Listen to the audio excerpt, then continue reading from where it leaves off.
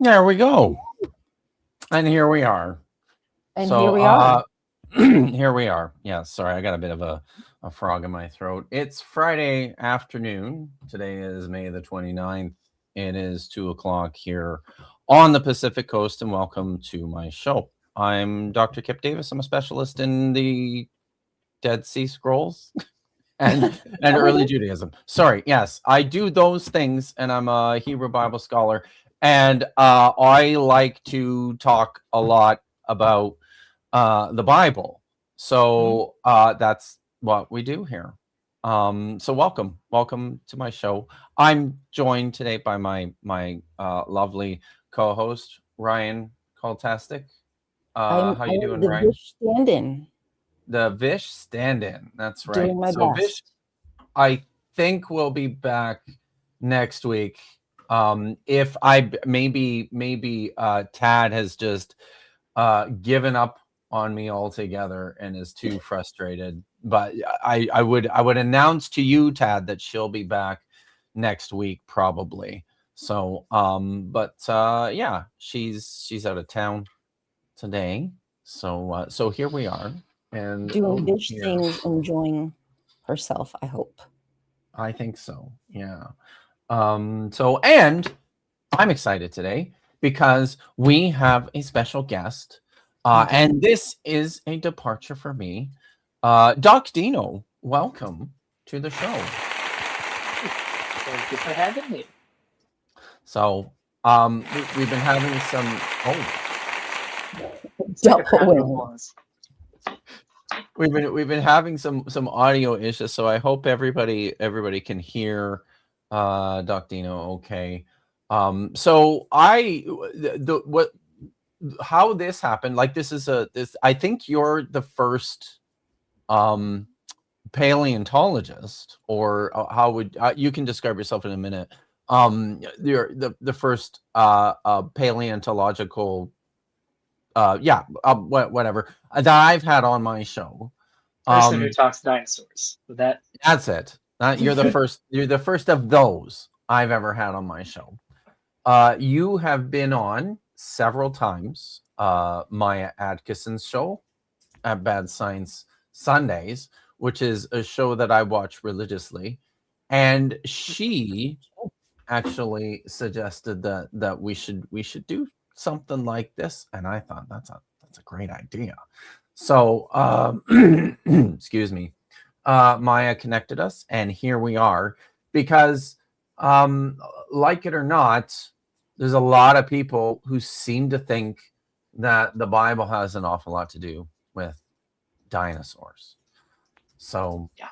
And I think you probably encounter that. So Doc Dino, do you maybe wanna let us know who you are and what you do here on YouTube, and maybe what we're doing here today? Sure, I can do that.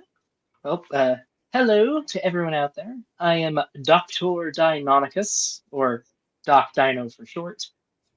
If my name sounds familiar, that's probably because it is a parody of Kent Hovind's moniker. I am not actually a doctor. It's entirely a stage name for me.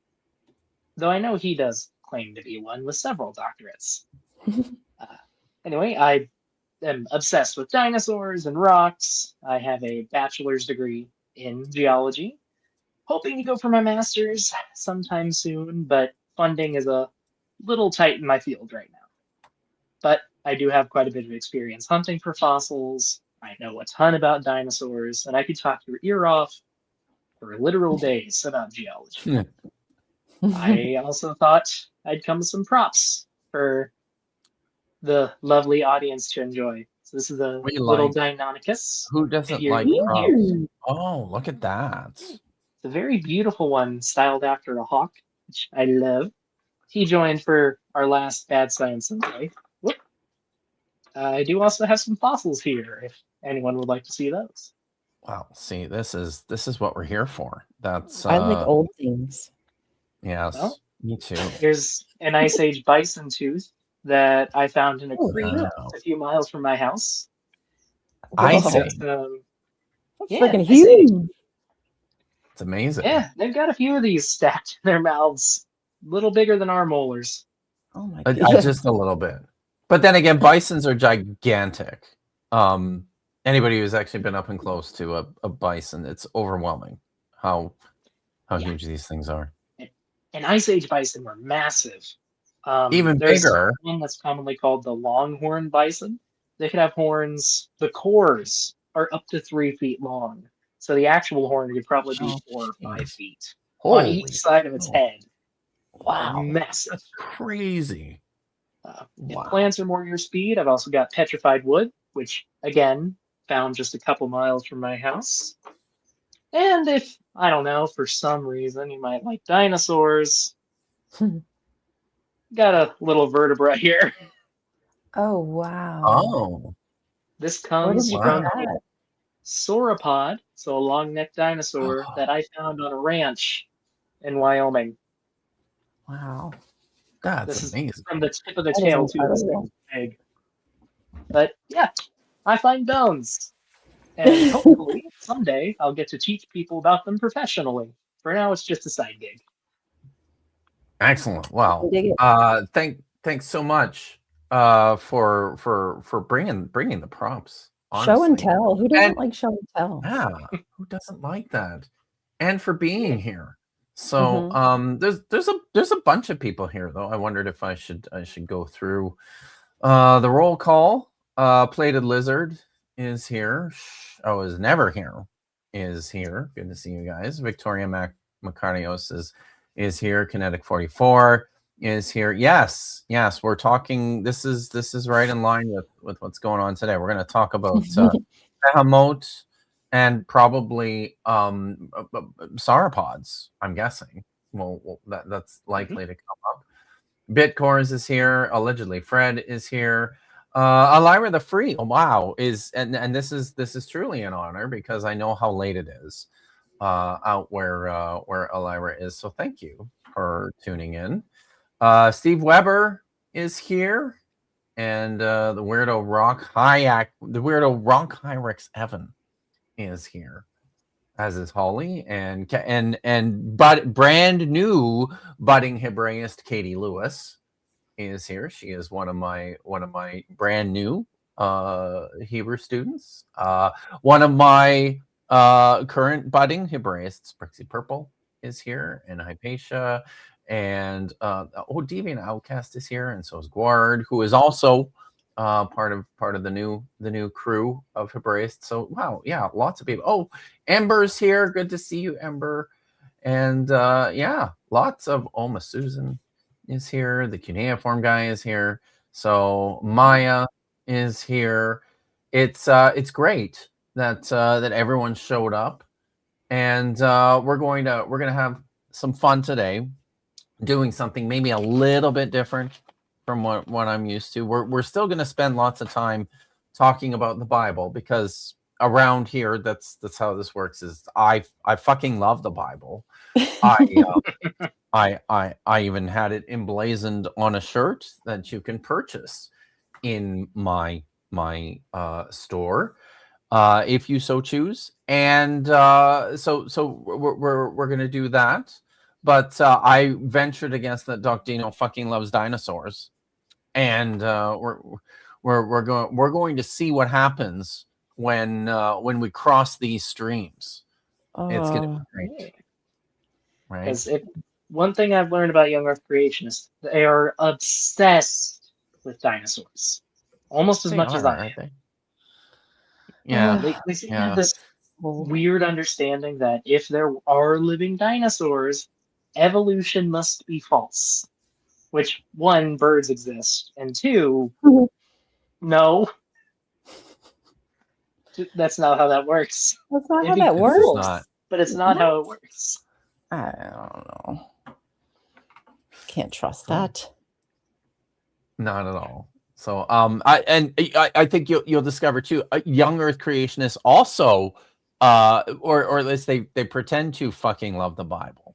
I don't think that. I think it's mostly from a lack of understanding. So Demon Outcast says, can you just take can you just take fossils you find in the U.S.? Our Antiquities Act makes it illegal to pick up finds without reporting them to the authorities for assessment. So that depends completely on where you are. In the U.S., it varies state to state. But generally speaking, if you're on private land, you can usually collect fossils. If you're on public land, you cannot. You have to report it. I found the fossil I showed on private land. Well, fossils I found them on private land, so I got to take them.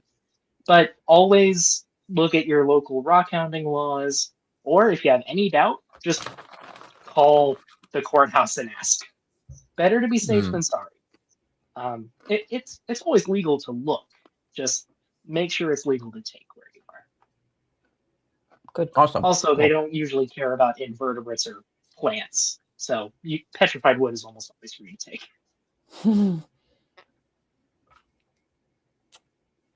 Thank you. We got Olivia. a super chat from Olivia Williams, Purple Fairy, for $6.99 Canadian. I'd say the YEC view the Bible. I'd say YEC's Young Earth creationists view the Bible as an idol. They don't actually read it. Yes, agreed. It's a tool. So it's like, and here, I mean, we could have an interesting conversation about the difference between love and infatuation, or obsession, I guess. And I think these are appropriate metaphors for understanding the difference between what I do and what a young Earth creationist might do. But yeah, no, it's an excellent point. Thank you for that. And Alira the Free has become a new channel member, so welcome. And she's very excited about the fact that my members are the Metal Lords. So there we go. Excellent, cool. I was going to say your intro music reminded me of like Death Clock. Really? That one, Yeah. the one I did today was gifted to me from a fan of the show.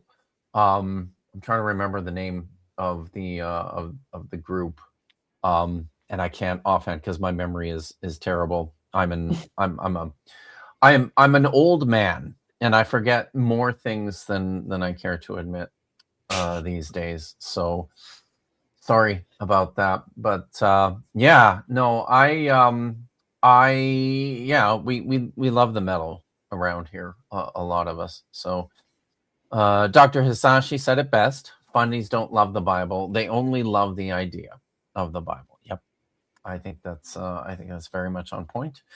So cool. Valid. Well, yeah, we should probably get into what we're doing here. So when Doc Dino and I were talking about what to do and how to plan this show, he actually just sent me a video of notorious, terrible young Earth creationist Jason Lyle, who I am familiar with just by kind of being in the space and noticing what's going on at Answers in Genesis and what he does. Maybe you know a little bit more about him than I do. Is he still at AIG? Do you know, or are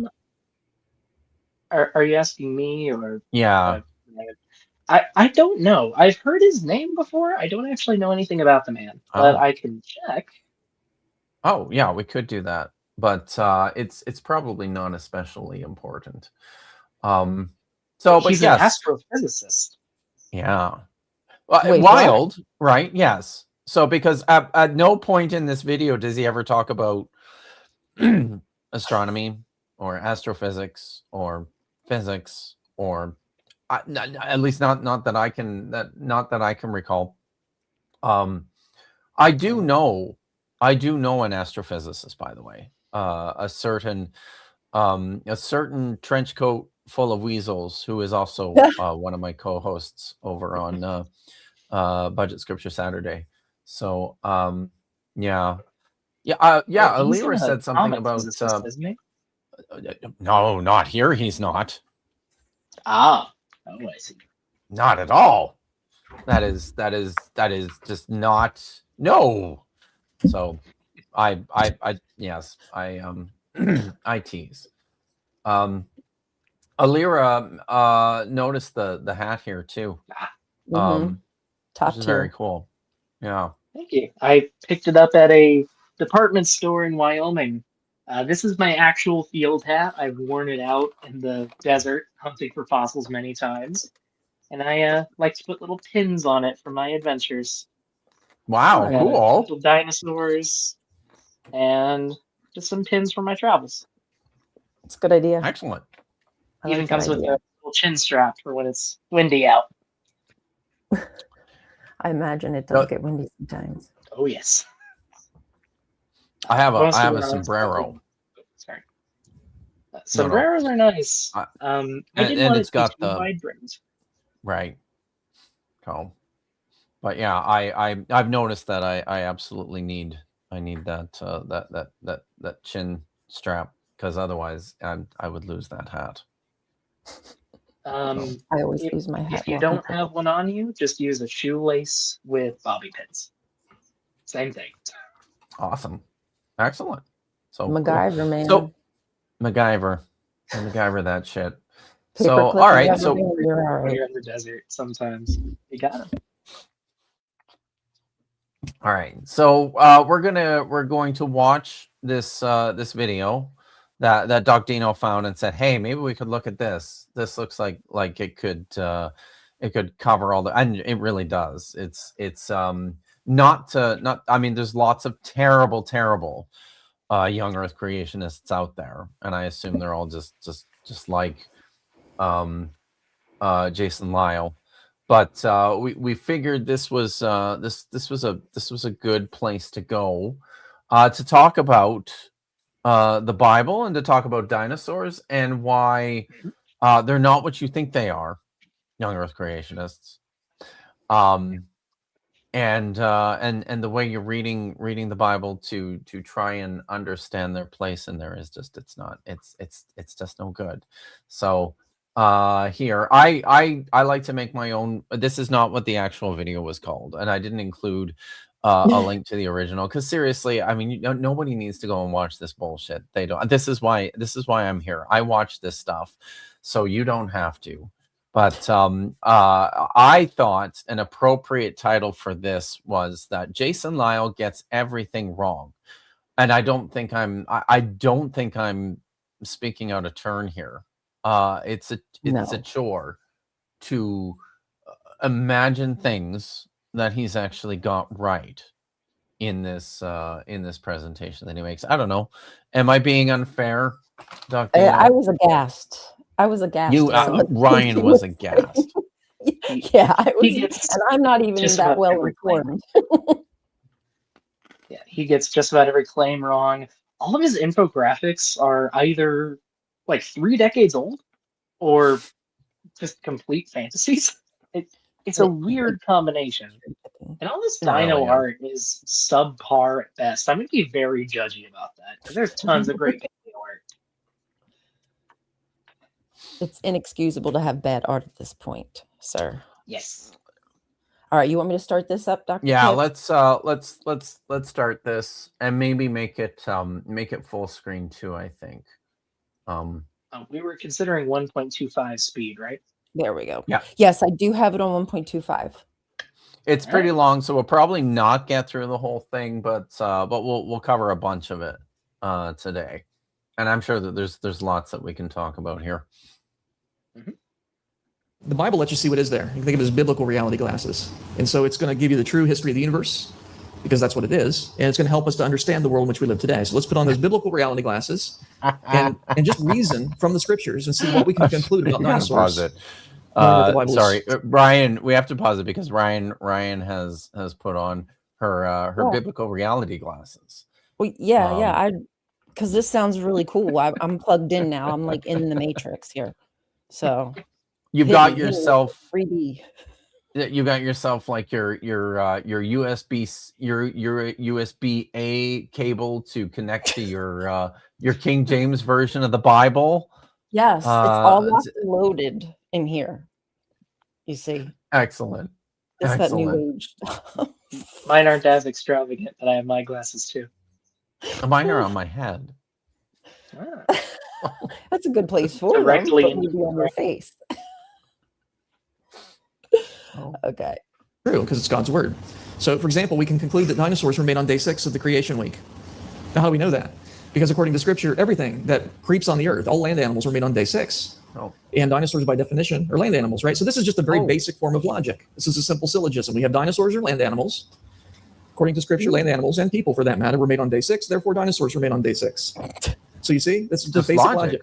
So Basic logic, they right? were land animals You pause it made on for day a 6, which second. means they're not millions of years and old. I mean, that's and they true did. for all the ones that, well, it's true for them, except all the ones that aren't. How do you what is that the definition of are dinosaurs land animals? That's what he said. That's what dinosaurs are. They're land animals. Only. Ancestrally speaking, they are land animals. But, well, first off, many of them evolved to fly. We have evidence that flight might have evolved several times independently in different lineages Oh, of dinosaurs. And, of course, there's all the aquatic ones, like, well, penguins for one, but also spinosaurids, so animals like Spinosaurus. We keep finding out that they were more and more aquatically adapted. So they were semi-aquatic at least. So there's plenty that towed the line between the between the sky and the water. Wow. Well, I just love that logic, like where he was. Right. He was like, well, day 6 is when like the humans and the land animals were created. So bingo, bango. Therefore, like obviously dinosaurs were made on the 6th day. So that was really good. That's smart. That's it, right? These glasses help. Yeah. I'm telling you guys need to get yourself a pair. All right. Help. Let's continue. Okay. Live at the same time as human beings, despite what you see in just about every movie that you've ever seen on dinosaurs, and every textbook you've ever read on the topic, and every public school class that you've taken on this topic. They're not millions of years old. They did live alongside people. That bothers people because we know how dangerous dinosaurs are from movies like Jurassic Park, right? And so that's not a good idea. But remember, when God originally made the world, it was very good. And that means all the creatures were very good. And so we don't often see depictions of the Garden of Eden with dinosaurs in it. But Adam and Eve would have seen them. They would have known about these creatures. And they would have been peaceful creatures originally, before sin entered the world. Hold on. There's another way you could know that. Very peaceful. And whenever you need to stop the video, Doc Dino, just let us know. Sorry, I'll yeah, raise my hand. holler. I was just going to say that Triceratops is tortured in the back there. I don't know what's going on with his face. Oh, poor guy. Oh. Well, Wow. it's interesting to me that they're happy enough to take the renderings, like scientific renderings, like drawings of the dinosaurs, but that's kind of it. The rest are like, ah. So, I think, I mean, right away on the basis of what he said, I would just like to point out that no, we know that there actually were not dinosaurs in the Garden of Eden, because that's fucking insane. If you actually sit down and I just wish people would learn how to read. All you have to do is sit down and just read. Just read the story. Genesis chapter 2 is one of 2 stories of creation at the beginning of the Bible there in Genesis. There's some other traditions too scattered throughout, but these are the 2 like relatively complete stories of creation, right? And I mean, I guess I probably spoke a little too quickly, but like in Genesis 2:18 and 19, it says that Yahweh God said, "It is not good for man to be alone." So the man is already there in the garden, technically the garden of God that is east of Eden. I will make a fitting helper for him. And Yahweh God formed out of the earth all the wild animals and all the birds of the sky and brought them to the man to see what he would call them. And whatever the man called each living creature, that would be his name. And the man gave names to all the cattle and to the birds of the sky and all the wild animals. So it just yeah, I mean, there were dinosaurs in the Garden of Eden, in so much as we understand the term applied to I suppose the evolution of arthropods, right? Because this is it's just a story, and the person who wrote this story was just imagining the world that they understood and they knew, which was filled with like cows and birds and like lizards and snakes and things of that nature. Nothing that is in this picture resembles anything in the Book of Genesis. It just doesn't. Oh, brother. Olivia Williams, Purple Fairy, for another $6.99 Canadian. Thank you very much. Checking before it gets spoiled. Behemoth likely means something like Arok, and Leviathan is a chaos dragon like Tiamat, right? Yes. And we will certainly get to that. If you have to run, you'll have to check back later. But yeah, we will discover that the things in the Book of Job that that this guy wants to talk about as examples of living dinosaurs are actually like mythological creatures. They're mythic. It's pretty cool, actually, in my estimation. I will say I've heard a lot of YEC. Well, I've seen a lot of people refuting like YEC claims about behemoths before. I've never heard like someone interpret behemoth to be an auroch. I've never heard that interpretation before. I usually hear most often elephant, sometimes rhino, sometimes hippo. Those are the ones I've heard. Mm-hmm. So, let's just double checking here what an auroch is. Right. Yeah. So, I will say, yeah. I would say that, and here's the kind of the disconnect here is, and we'll get there.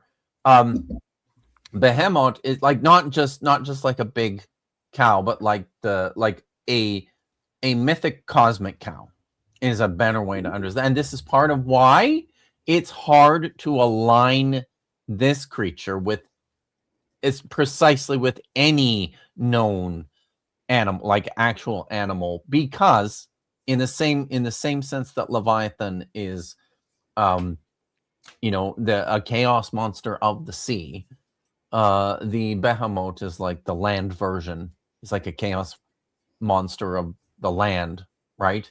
And this is reflective of much of what we see in Canaanite literature and mythology and things of that nature. So what your pastor didn't tell you points out that aurochs is very common among scholarly views on the cow on this topic. The super cow. Exactly. Super cow. Thank you. Good to see you, Zach. So yeah. All right. There's something I love about the word auroch. Like it's just fun to say. It's a fun word. Sounds really cool. I agree. Yeah. That these dinosaur fossils are not millions of years old, and that's because death entered the world when Adam sinned. Okay, and that's not millions of years ago. Human beings, we all agree, are recent. Human beings don't go back 100 million years, and so death entered the world as a result of Adam's sin. So when you see a dinosaur fossil, you need to think that happened sometime after Adam sinned. And was there an event that would kill a lot of creatures and bury them in sediment very quickly? Yeah, the worldwide flood would do that. We think most dinosaur fossils, maybe even all of them, are from the worldwide flood. Did you? So it's after, but it has to be. Pause the video. Yeah. There we go. Okay. So I've heard young Earth creationists say this before, that death wasn't a thing before Adam sinned. Does this hold up biblically? at all? Not Like, I know they were at cursed to death, all. but Not at all. In fact, I mean, it's complicated, right? Because again, I'll point out there what often happens is the conflation of these two stories, these two separate stories of creation in Genesis 1 and then Genesis 2, 3, and continuing into 4. But in neither one is there any indication that there was no death prior to what some readers will identify as sin, which I will also point out is not a thing in either of those creation stories. If you do a word search for any of the words for sin or transgression or wrongdoing that are used commonly throughout the Bible, you're not going to find them in Genesis 2 because that's not what this story is about. This idea comes from later Jewish interpreters of these texts a little bit, but most especially we see it in the writings of the Apostle Paul. Christian writings start to read this story in a different way than it was first intended. So that's not what's going on here. What the other thing that we see in the second story is that death is certainly an issue, but it is because when trying to protect his property, the garden, God has to tell a lie to the man, because there's these two magical trees, the tree of life and the tree of the knowledge of good and evil. And what God knows is that when the man eats of both the tree of life and the tree of the knowledge of good and evil, he will become a god. And he doesn't want that to happen. So he tells a lie and says, you can eat from any tree of the garden that you want, except for this one. He doesn't even mention the tree of life. He says you can't eat from the tree of knowledge of good and evil because on the day you eat of it, you're going to die, which is a lie. And we know it's a lie because it doesn't happen. We know it's a lie because the snake tells the woman that's wrong. You're not going to die when you eat of the fruit of the tree of the garden. You're actually going to have your eyes open and you're going to be like gods, which is what happens.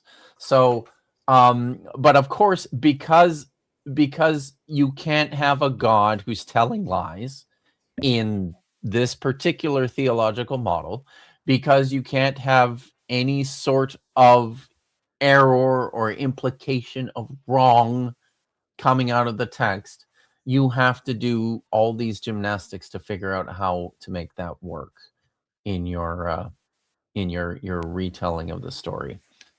So okay. And this is one of those gymnastics flips. Okay. absolutely. It's it is kind of interesting too how much people don't read carefully, because for like you'll see this framed so often that the snake in the garden is a liar, Yeah. right? But it's not a lie. So I don't understand where they're getting that from, other than it's been Right? what's been poured into them for so long. Mhm. Yes, it's see almost it. like the craziest gaslightingest way of bait and switching what's actually going on there, in a way to just it's almost like it's a form of projection. The snake You tells the know, truth, they call it a liar. yes, exactly. All It's kind right, of but like I what think they we do with can. scientists. They do that too. It also, like, Romans 5, is it 5 or 8? It's the one, whatever, where it says that because Adam sinned, all like human sin, and therefore like death Yeah, through sin, yada yada. But it does not mention animals. But he's just saying, oh, well, that's when the dinosaurs had to have died after Adam sinned, because that's when things weren't good. Because before that, everything was good. There goes exactly. that logic again. So And that too, just that point about everything being good and then everything being not good is part of this conflation of these two separate stories. Because that's a feature in the Genesis 1 story, that all of creation is it's the continued pronouncement, it's good, it's good, it's good. And then, you know, when the humans are created, it's very good. Some scholars will say that's actually, this is a later story, and that's actually kind of written in a way responding to that second story in Genesis chapter 2, because the only point where that word is used in Genesis chapter 2, God is saying it's not good. It's not good that the man is alone. We have to make a helper for him. So yeah, it's just yeah, all sorts of problems with many. with reading the text together. I've got something for that here. You can't read the Bible like this, y'all. Univocal voice. You can't you can't But do that. Genesis and Romans is univocal. I can't even say it like he said it. He says it weird, right? Let's That's be weird. clear on that. It's a weird way. I that say he says it. univocal, so I can't even say it how he said it. I don't know. Univocal. I don't think Univocal. I've Have you ever heard that term word before? Never. So that's a word that my friend Dan McClellan likes to use all the time. Is a public facing Yes, he biblical does use that scholar. one. So and I'm not entirely sure if that's one that he picked up, or if he picked it up from someone else. But basically the idea that the text of the Bible are univocal is the idea that it's all just this completely harmonious unified collection. Is it told uniquartally? So it's this idea that there's this perfect consistency throughout all the Bible, which is just not the case. The Bible is a collection of many different, very diverse, often contradictory individual texts.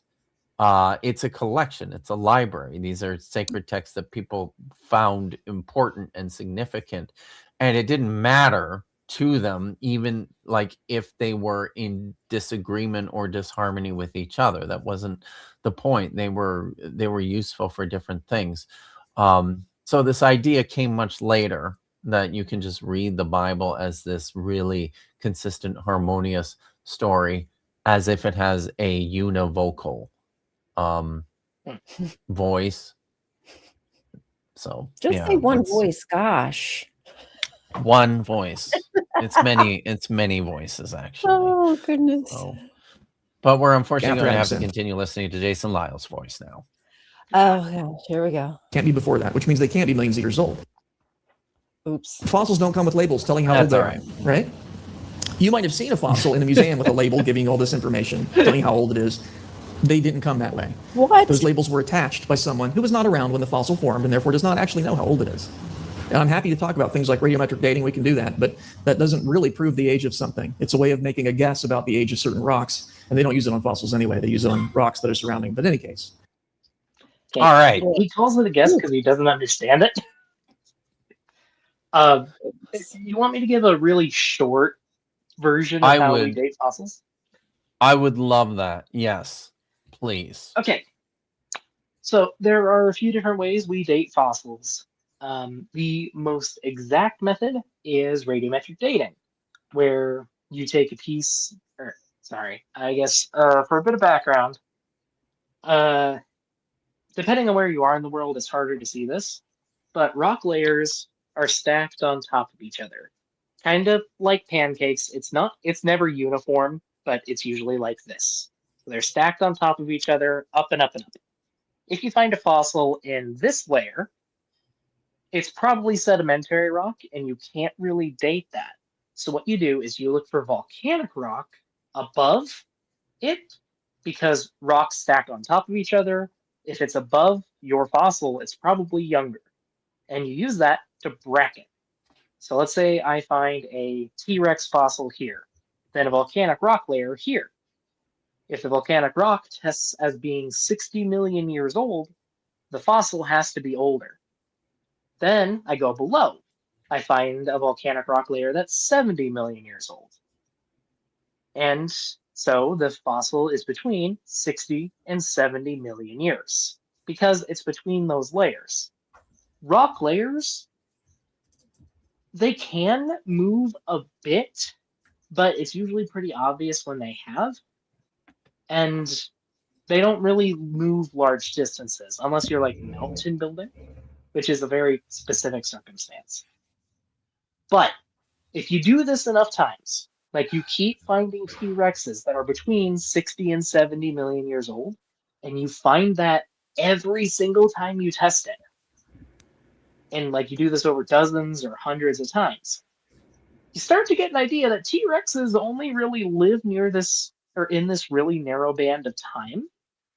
And when you go out in the field in the future, you can use a T-Rex fossil you find as a way to guesstimate about how old that rock might be. It's tentative, but you can do it. So if you go out in the middle of nowhere and you find a T-Rex fossil, it's probably between 60 and 70 million years in age.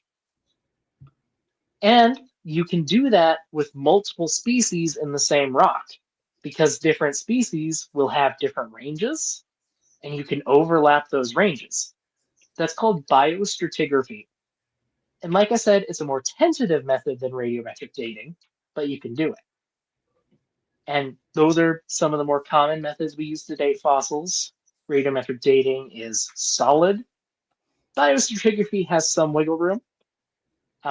But if you incorporate like dozens of species or hundreds of species, like I've seen in some studies, it can get pretty exact, which is kind of neat. But I think too, I mean, an important point here is that you're not just like I'm assuming here that it's a combination of different methods, right? You don't just use one method for dating. Right. I understand this a little bit in my field.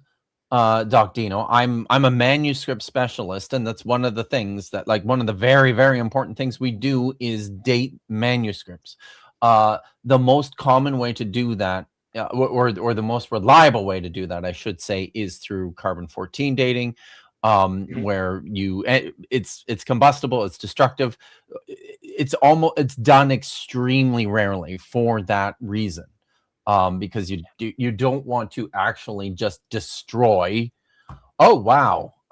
Thank you very much. Elira the Free has gifted 20 Kip Davis memberships. Please, welcome to all my new channel members, and thank you very much for your generosity. I got one. Did you? Woohoo! Yeah.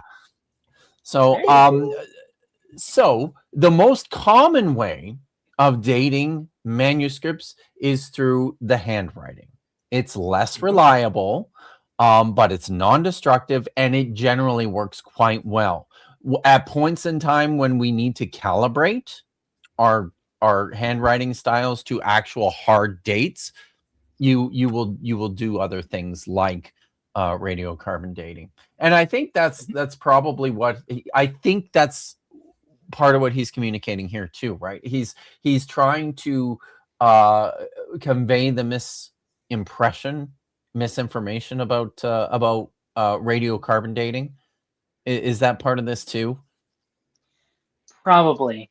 Like the thing with carbon dating specifically, which is a subset of radiometric dating, is you have to be very careful with it, because carbon-14 levels fluctuate with certain events going on around the world.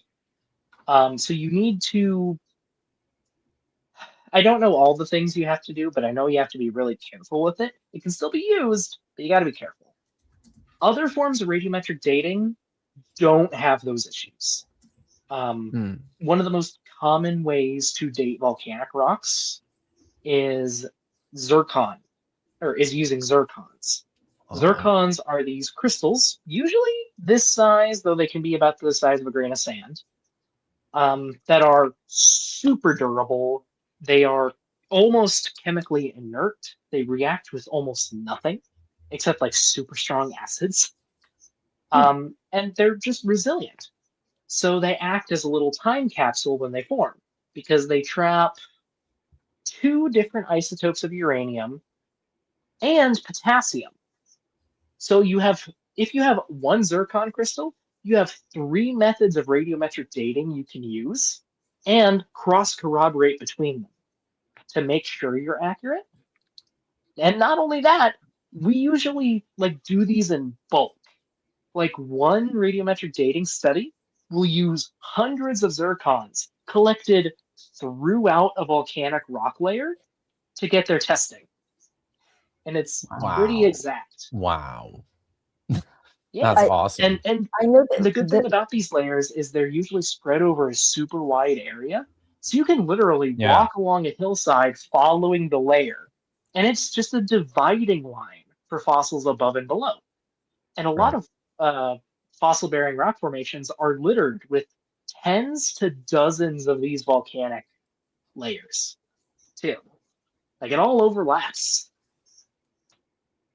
The JWs, just kind of how like he said it as if it's like a throwaway, like it's not even something to cover because it's just so trash, like this way of scientific dating. And the JWs did that same exact thing. Like when I brought up like the whole, because I love dinosaurs, you know, what kid doesn't? And yeah, they really rot your brain with that. Oh, well, that dating is just, it's not even exact. So why don't you trust the Bible? Why don't you trust God more? So it's just like, they don't even want to talk about it because they know if they really explained it like you just did, that it would make complete sense. Like the way you explain it's like, oh, that's actually really cool that they can get it as close as they do. Yeah, here's the thing with science, and this goes for every field. We want to know why things happen, and we go through into exhaustive detail. Like Yeah. a lot of these Well, you guys will make can't. it sound like science is an ivory pillar. Like, you cannot question it. The words come from on high. Maybe at one point that was the case, but genuinely, email a scientist who studies something you're curious about. They'll give you all their papers for free, and they won't stop talking about their interests. Like, we love getting questions. We love it. When somebody's a geek about Exactly. geeked out about something, like, you know, I consider myself like I get geeked out just like you do, Dr. Kip, obviously get geeked out about the Bible. Like, just let's talk about it, please. Yes, ask me a question. Yes, please. Exactly. No, it's an excellent point. I mean, so much of this is just wrapped up in anti-intellectualism and in just a really adversarial stance or approach taken to scholarship generally, right? Which is very common in a lot of these circles. Yeah. I mean, All right. I have like conspiracy theory about that, but I don't know if you want to get into that right now. Maybe not. We should probably try and plow through some more of this. We've only gotten through 2 minutes. Like 3 minutes. Yeah. We'll see how this goes, right? We're trying. Now, animals have changed a bit since creation. There's no doubt about that. And usually not for the better. The same is true of dinosaurs. There are certain kinds that God created, and they've diversified within their kind, but they remain the same kinds. And the fossil evidence confirms that.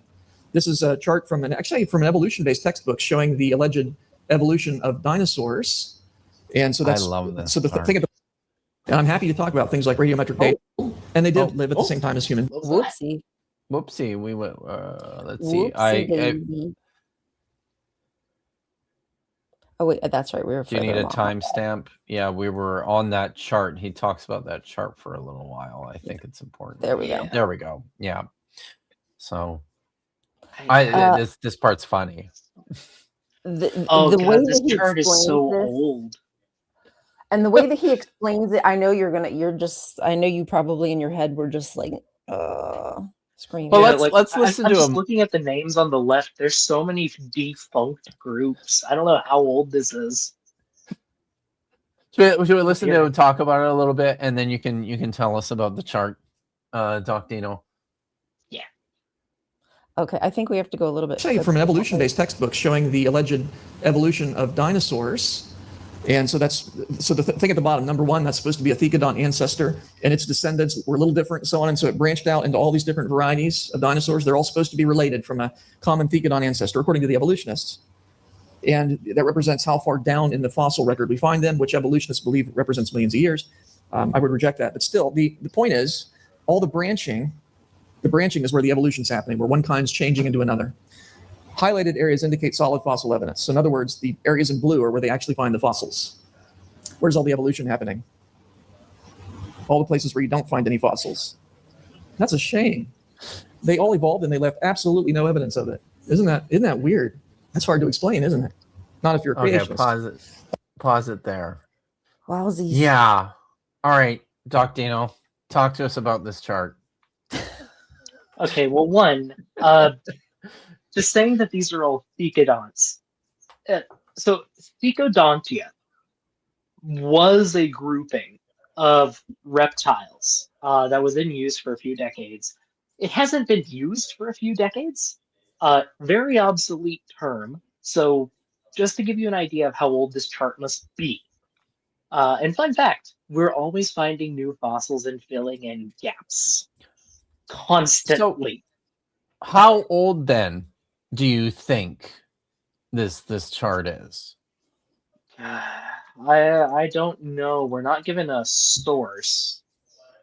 So, or maybe a better way of asking that is how at what point? I mean, how certain are you of, or like in terms of its currency? You know for a fact it's older than this. Like, what are we talking about here? So it's definitely not current. I want to say it hasn't been used for at least 15 years, maybe 2 or 3 decades. I can't tell you Wow. when exactly it's Sure. stopped being used, Of course. but it hasn't been used for a while. Most of these things would now be referred to as archosaurs. Well, I mean, they were referred to as archosaurs, but now we just call them archosaurs. But there's other groups here too. Where are they? Like saying carnosaurs over on the left. Carnosauria is a term that's pretty far out of favor. Separating, like they're separating a lot of groups in here that are now considered to be part of those groups. So it's I can't tell you how out of date this is, but I can tell you it is pretty out of date. And not only have a lot of these gaps been filled in by now, like our understanding of the evolution of dinosaurs has changed in the last few decades. Like and that's not reflected in this chart at all either, right? That understanding that has changed. No, not at all. Like this is old. I just did like a screenshot and did an image search to see if I could find a date, and I did find something like a Ray Comfort companion guide. Oh my god! And he uses that Right. image, but it doesn't have a date on it. But I think that tells you something. But he said Great. he's from the evolutionists. It's their own textbook. This is their chart. Great. So it's been circulating in YEC circles. Wow. Eh? That doesn't surprise me. Oh, this is a And terrible. Sorry. Of course, it would be totally unsurprising if Ray Comfort got this from like a credible source and just did not bother to cite it at all. I mean, that's on brand. Someone in the chat says they found it. Oh. The Dinosaur Data Book, 1990. Good Wow. job. Yeah, nice. You said 2 or 3 decades? Bingo! So, Perfect. Yeah, you You were on did. point. Wow. Hey, yeah, so- they colorized it. Perfect. There's one other thing that bothered me about the way he explained this too, because I don't know anything about anything. But what I do know, because I did take biology in university, and what I do know is that you're like to say that all the evolution is happening where there's no like solid bars, which are the fossil, like the actual fossils that we have, is just a like that's just a misunderstanding of how anything works, isn't Yeah. it? Like those Every nodes. species is evolving. Yes, As long as something's alive, it evolves. Well, as long as the evolved. population is alive, it will evolve. It will change. And he said it was Yep. not for the good either. He said what has evolved wasn't for the good either. Right. Which, Which yeah. like, how do you quantify that? First of all, Right. here's the fun thing: very few dinosaur groups actually go completely extinct. A lot of them make it to the very end of the age of dinosaurs. They're very successful, and even the ones that do go extinct before the end last for a while. Like, dinosaurs were good at surviving. It took a death rock from outer space to take them out. Damn. Like, the Earth could not Crazy, kill right? them. It had to get And help. even then, right? Like that's when I recently watched the Dinosaurs on Netflix. Have you watched it yet? Yes, I have some complaints, I thought but it was I think it's very good. Yeah, I was really impressed with it. I thought it was so good. As somebody who, like I said, I don't know anything about anything.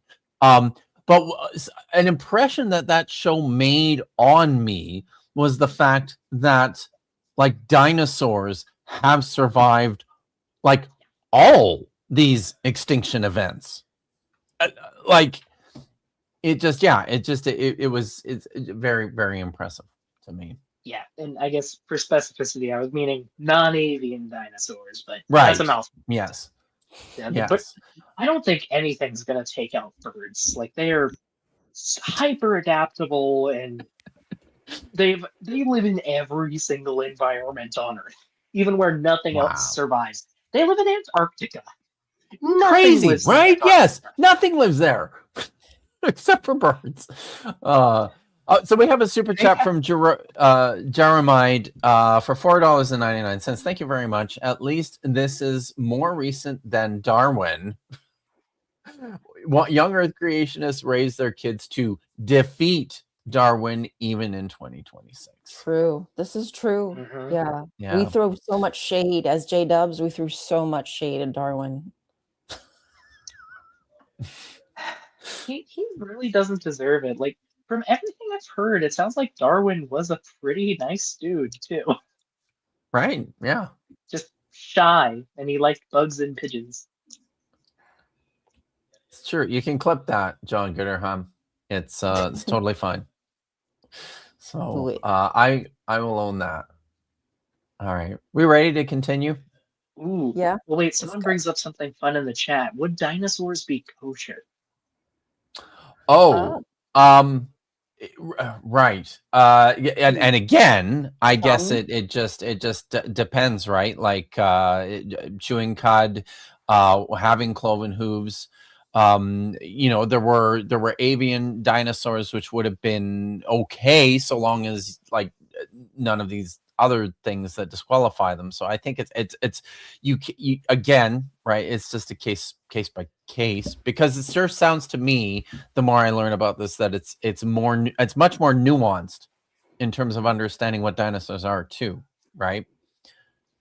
Yeah, there are so many different kinds of dinosaurs.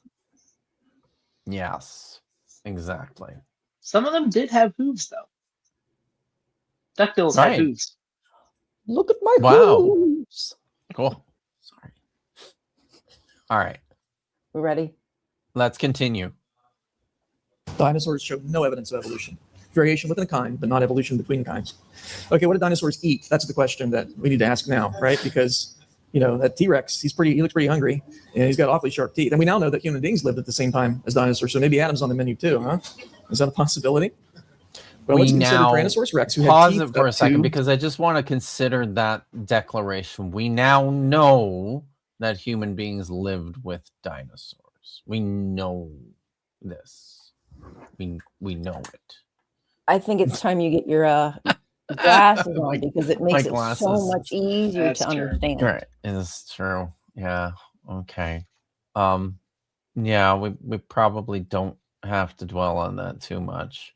But maybe, I don't know, maybe can you say something, Doc Dino, about like the kinds of like, I assume these are like, when he's talking about dinosaurs, he's talking about like Jurassic and Triassic period animals, probably, right? Based on what he says later on, he groups them into roughly family levels, but Okay, yeah. the thing is, that's still a ton of hidden variation that he doesn't know anything about. Like, Right. here's the funny thing: if you study evolution and you don't strawman it, you can quantify the variation within a species versus the variation outside of a species. And we can figure out speciation rates and roughly how long it takes for certain traits to change and shift. We can figure all that out. And young Earth creationists never take that into account at all. I mean, big surprise, they don't deal with the actual science. They just say, hey, these things look similar. When they're just drawn similar. They're completely different animals. Wow. Ay, ay, ay. All right. 6 inches long. Whoa. With a serrated edge. Talking about Ooh. teeth. That's too small. How would we describe the first Oh, of these dinosaurs? The first sorry. T-Rex that God What created. was that? I That's just too laughed because small. you said talking about teeth. I was like, oh, what were we talking about? I could be a lot of things. The T-Rex teeth, like counting the root, easily 8-9 inches long. Like they're beefy. They're beefy. Holy cow. Yeah, that's about right. That's huge. Yeah, you have Jesus. 3 to 5 inches sticking out of the gums. Like Oh, T-Rex yeah. have very deep-rooted crowns to their teeth, because they chomped with the force of an 18-wheeler. Damn. But Do and that's they- exaggerating a little bit, but a lot. Did they go chomp back, or very was hard, it so like- they have very deep-rooted teeth. Did they I just, think if it the fell out, it normal was done, or do we even know that? Oh, they lost teeth all the time. But I mean, like, Um, did it grow back in, like, like a shark or something? Oh, did it for real? Yeah, Man. mammals God are weird damn. for only having 2 sets of teeth. Almost everything else Oh. constantly replaces teeth. Mammals are just weird. Wow. I wish we had that. Could you imagine how long we'd Right. live if our teeth we just get a new one? Mm. That's right. Or elephants. The limiting factor on most elephants' ages is their teeth wear out. No kidding, eh? So who knows how long an elephant might live if they had replaceable teeth. Probably at least into their 80s. Like, probably comparable to humans. I mean, you've heard of Wow. elephant graveyards, right? Right, yeah. Well, do you know why those form? No, please. Do they mold? Enlighten us. Because old and dying elephants are drawn to areas with soft vegetation that they don't have to chew very hard. Oh, It's not that they wow. go somewhere because they know they're going to die. It's the only place they can find food they can chew. Oh, Wow. now I'm That's pretty sad. amazing. What That's kind of about me? amazing. Yeah. Wow. Now I know. Well- Thank you. Yeah. Thanks. Things you didn't know. Yeah. I'm full of animal facts. That's why you're here. See, we said you love geeking out. Just ask the question. Would you have been a plant eater, a meat eater, a scavenger, or a plant and meat eater? T-Rex was a plant eater originally. How do we know that?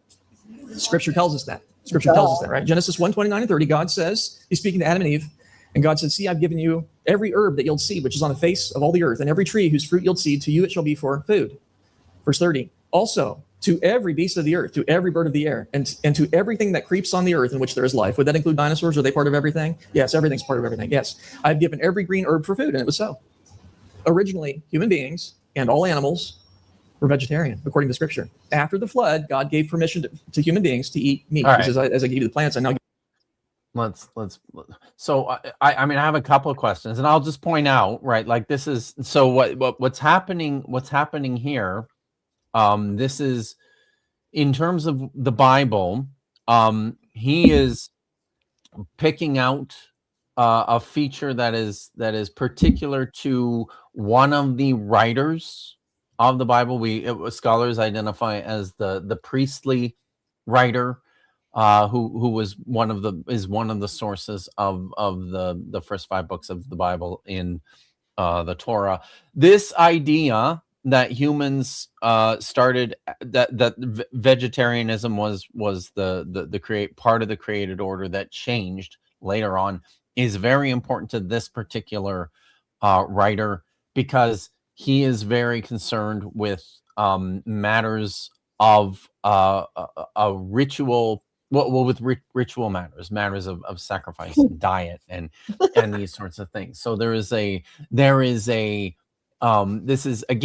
one of these things where if you handle the text as it was, written, and from a more critical perspective, and not just treating it as univocal, you recognize where some of this stuff comes from. But Doc Dino, how do we know that a Tyrannosaurus Rex was not? I'm assuming he wasn't. First of all, was the Tyrannosaurus Rex a vegetarian? No, and we know that for several reasons. What? Yeah, please. So here's the fun thing. A lot of people think that being an herbivore is the default, like the default state for ancestors and stuff. Okay. No, herbivores are derived. Carnivory is the ancestral state for basically every animal, for a few reasons. One, meat is easier to process, and two, well, actually, it's mostly that. Meat is easier to process, it's easier to get calories out of. That's why you can eat 2 pounds of potatoes and get the same calories as 1 steak. It's easier to get the calories out. You also need less specialized teeth to deal with it. Like, you're fine mostly just swallowing your food whole. So you can just have railroad spikes or kitchen knives for a face. And your guts. Sorry. Your guts can be a lot smaller too. It's okay. Wow. I've actually found dinosaur teeth that are like kitchen knives. I can share pictures later. But like, you have a lot less guts that you need because meat's so much easier to process. So if we look at a skeleton and we look at the teeth, we can tell, hey, this thing couldn't process things. It couldn't chew. It has spikes for a face. It probably bit and swallowed chunks. Oh. Then we move down the body to the rib cage. And the rib cage and gut space is small. It doesn't have the big guts you need to eat plants. It couldn't eat a lot of plants. Wow. And there's a third thing. We can do isotope studies on teeth. Because something about teeth, they're incredibly resilient. Like zircons from before, they're very chemically resilient and physically resilient. So, if you get some teeth, you can run them through a mass spectrometer and get stable isotopes from when the animal was alive. And you can tell what it was eating. Wow. Not only can you tell what it was eating, That's amazing. you can guesstimate its place in the food chain. And if it's cold-blooded, you can tell what the surrounding temperature was. Wow. That's incredible. That really is incredible, man. You can also get information on if it traveled from place to place, because you can get latitude data. Wow. It's really cool stuff. Is it just like pressure or something, like different pressure, or how do you like? So You know how there are different isotopes of different elements, right? So they have different atomic weights.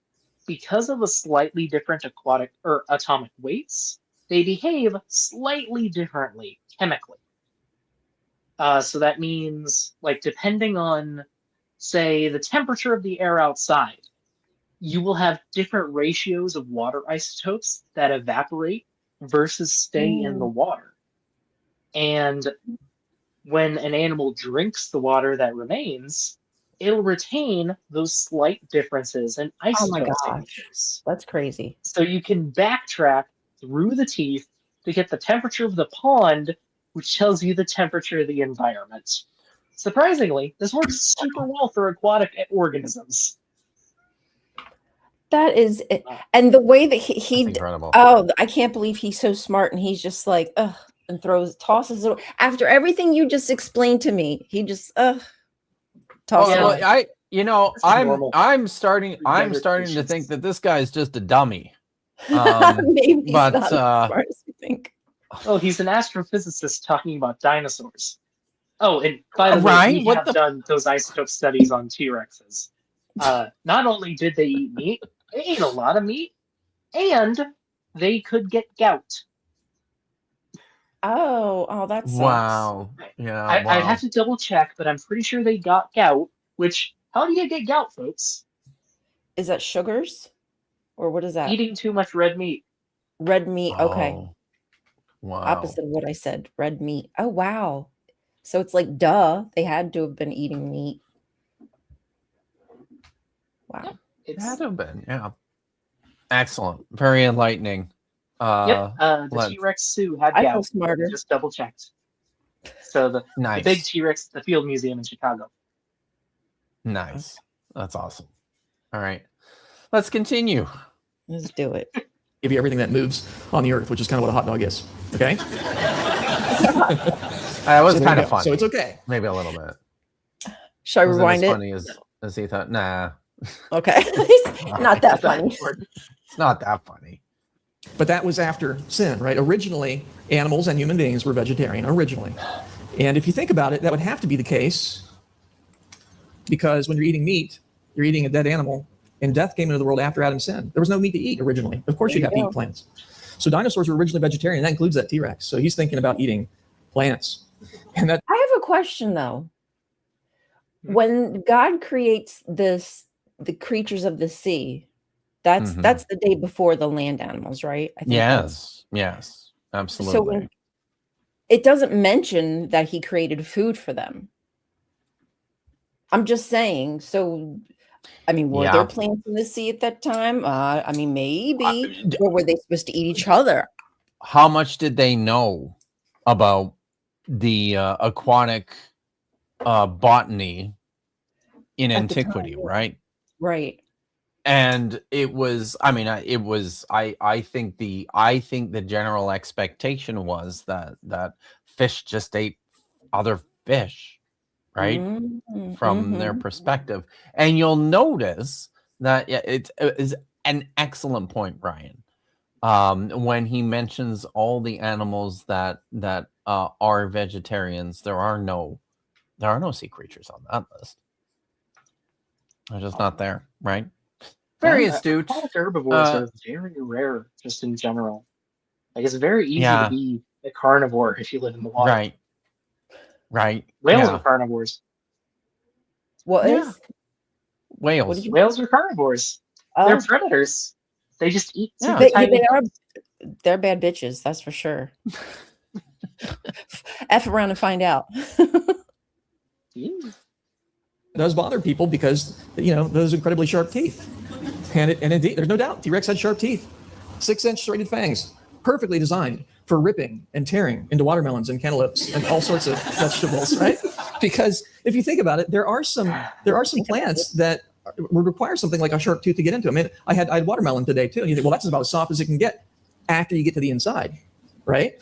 In order to get to the inside, you have to use something like a knife, kind of like a sharp tooth, to get it open, right? Whereas T-Rex could bite right into it. Do you have to? You don't have to. I'm just saying. You can just like slam it against the ground or kick it or stomp on it. I mean, just saying. I mean, I actually, I do have a super brief video I could show Oh yeah, disproving let's that. do that. You share it. I am sharing it now. Oh, there it is. Have you ever been to a zoo before? Yeah. Right? It's so cute though. Oh my gosh. Yeah, I love seeing them do this. Oh, They It love looks their so cute. They look watermelons. so cute and sweet. And them things would tear your ass up.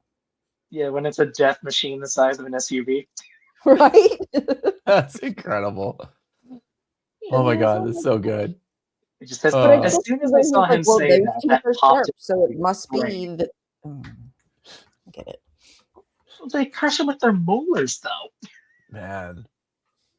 Also, aren't watermelons like engineered fairly recent? They do the I seem to seedless remember. now. Yeah, but They're like practically done to be seedless, so you can't like grow them yourself unless you right. buy the seed. But I think Yeah. too, like so much of our food, our vegetation has been like cultivated over thousands of years and artificially selected over thousands of years. So like this wouldn't I don't know, where did watermelons come from? Were there like, are they that old even? Are they plants that would have even been around Africa? millions of years ago? Yeah. So I'm looking at you're right. Wikipedia right now. Oh, watermelon was first described in 1753 North by Africa. Linnaeus.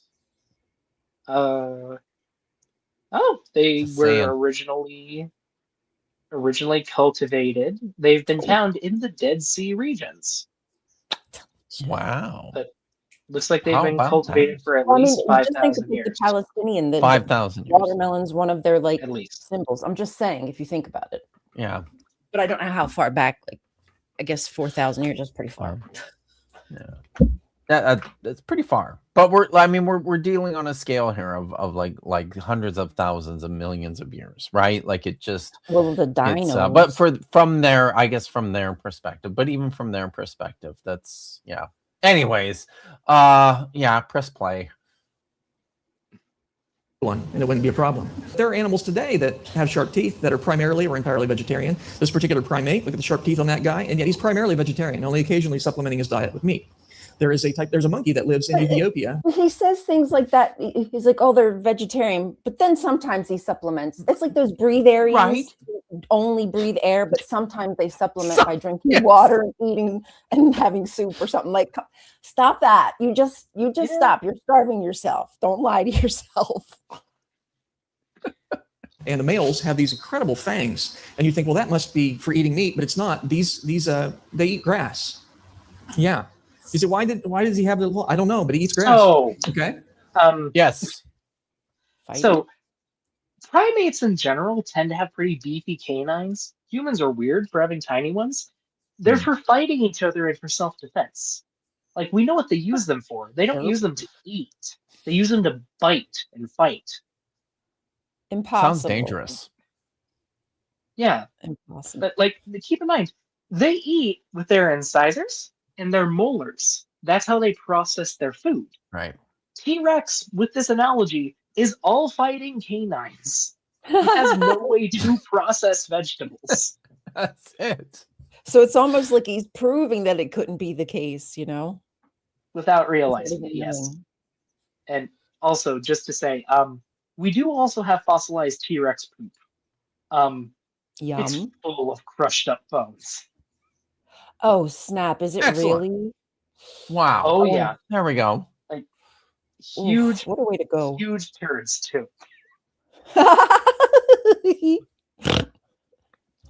Poop is funny. Or you want me to play? It is. Yes, please.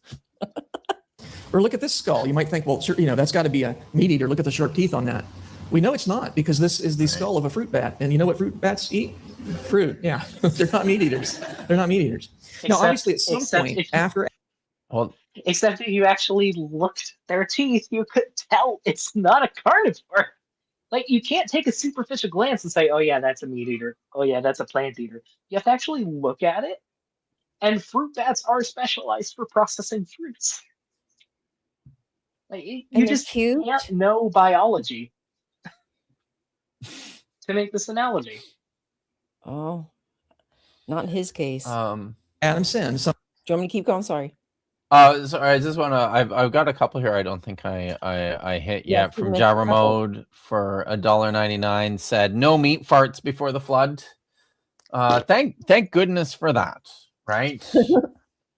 And Olivia Williams Purple Fairy for $2.79 Canadian. It makes it puzzling why ECs are so anti-vegan. Right? Interesting. Right. That was it is. that was perfection to God, allegedly, according to them. Yeah. Why not get And yet closer to God? this is a pretty consistent feature of a lot of them. Is there's this intersection in the Venn diagrams between like anti-vegan, anti-vegetarian, and creationist. So cool. Some of the animals started eating meat because some of them do.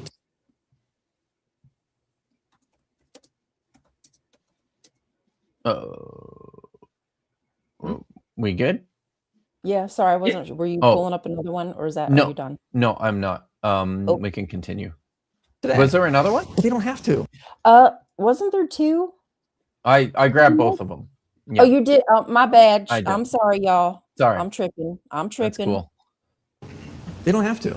It's a myth that, well, meat eaters, they have to eat meat. There are animals today that we think of as meat eaters that will sometimes go back to their pre-fall vegetarian diet, like lions. Everybody knows lions eat meat, right? They're meat eaters, carnivores. Well, there was a 350-pound female lion named Little Tyke, raised in captivity. She went her whole life without ever eating meat. Oh. Here she is with one of her owners. And it reminds us the way all animals would have been before sin entered the world. So this one animal didn't eat meat, therefore it works for all of them. I love that anecdotal. Just choose one, and then the rest just fit right in. It's perfect. Indeed, right? Indeed, it's yeah. So, you got anything on that Duck Dino? Sorry, I was writing something. What were we? That's all right. Talking about? Sorry, I was distracted. The lion in captivity that didn't eat any meat and then got tired of eating meat. I don't know anything about that lion. I don't know if That's it's real or not. We can continue. It could just be a lie too. That's common with these sorts of groups. Snake. But what about the specific word dinosaur? Why don't we find that in the Bible? This perplexes some people, but there's a very good reason for it. The word dinosaur was invented in 1841. It did not exist when the Bible was first translated into English. There's the John Wycliffe, his translation of the Bible back in the 1300s, and there were several other. Sorry, what was that? It was published in 1842, not 1841. Just saying. Yeah. Get them facts straight. The King James was in 1611. The word dinosaur didn't exist when the Bible was translated into English, right? But you will find the word dragon in the Bible in a number of places. King James Bible, several others. The Hebrew word that is translated dragon is tanin. And tanin is kind of a generic word indicating any monstrous kind of beast. It wouldn't be limited to dinosaurs, but it would certainly include them. And there are a number of mentions of tanin. No, I just realized what that green thing is. Isn't it associated with water, though? Or am I wrong? Pardon me? The tannin. Yes. Isn't So usually... the tannin is not just a generic term for any large what did he say? Any large dangerous animal. Can you maybe back it up a few seconds? Yeah, let's hear this again. Limited to dinosaurs, but it would certainly include them. And there are a number of mentions of tanin in the scriptures. Several. Maybe, so yes, sorry, God did back a little generic bit more. word that is translated dragon is tanin.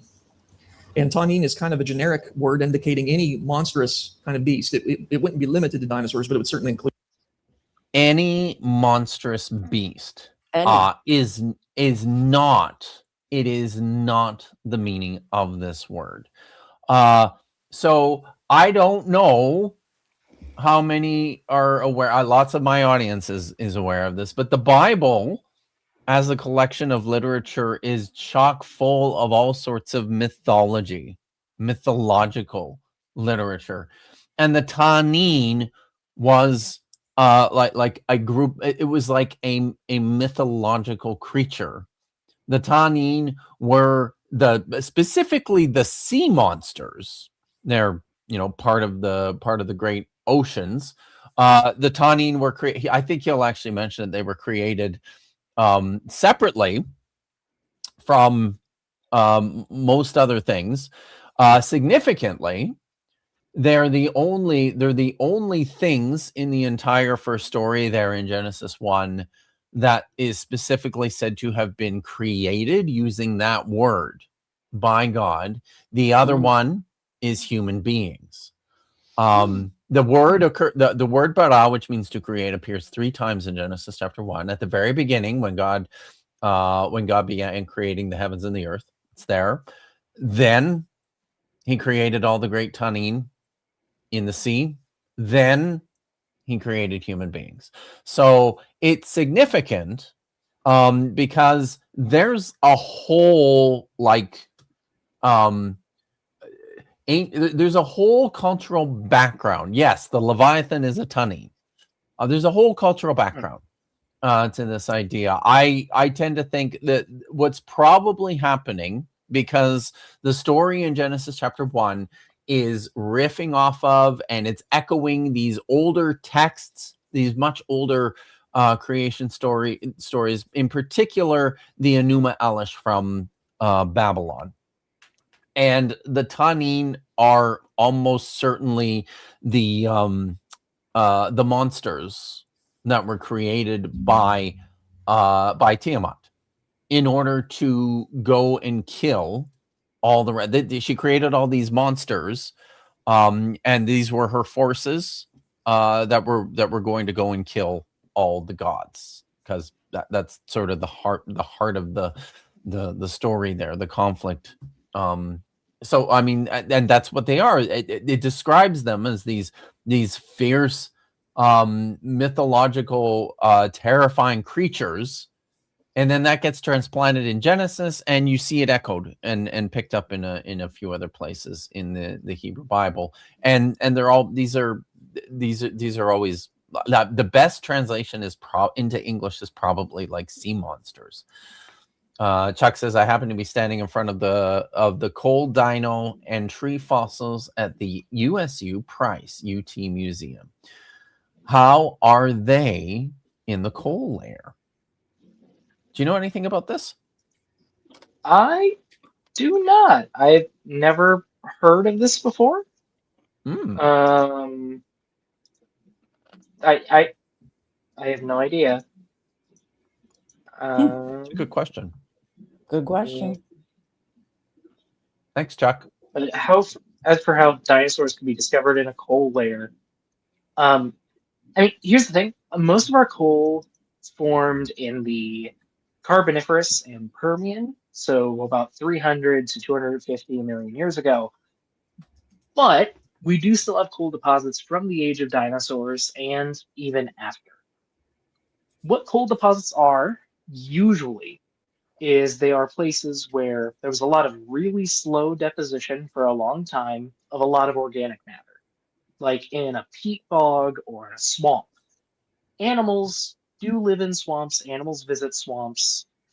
Actually, very famously, have you ever heard of iguanodon? I've heard of that. Yeah, plant-eating dinosaur with thumb spikes, right? Mm-hmm. The most famous skeletons of iguanodon were discovered in a coal mine because they were a herd of adult individuals that got mired in a swamp as they were passing through and died. And because they were in a swamp, their fossils preserved beautifully because swamps are very good places for preservation. But they got buried by a ton of organic matter because they were in a swamp, so they were found in the coal mine. And we found a lot of other dinosaurs like this. I know there's one from Russia called Paleontologist. There's some from the US, just all kinds of places. They were in a swamp and they died.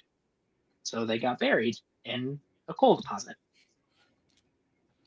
Yeah, There you not have all it. coal is carboniferous. Most of it is. Not all of it. Cool. All right. There's a few reasons for that. But also, I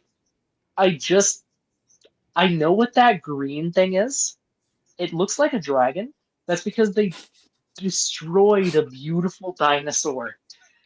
Did to they make that stylize it picture. or something? They stylized it to hell. Right now, I'm sharing a picture of what it actually would have looked like, and it's a beautiful animal. They tortured it. Whoopsies, sorry. Oh, This wow. is Baryonyx. Think of that. Oh. A lovely creature. Yeah. And then when we go back, just look at what they did to my boy. Whoop, Oh. that's the wrong tab.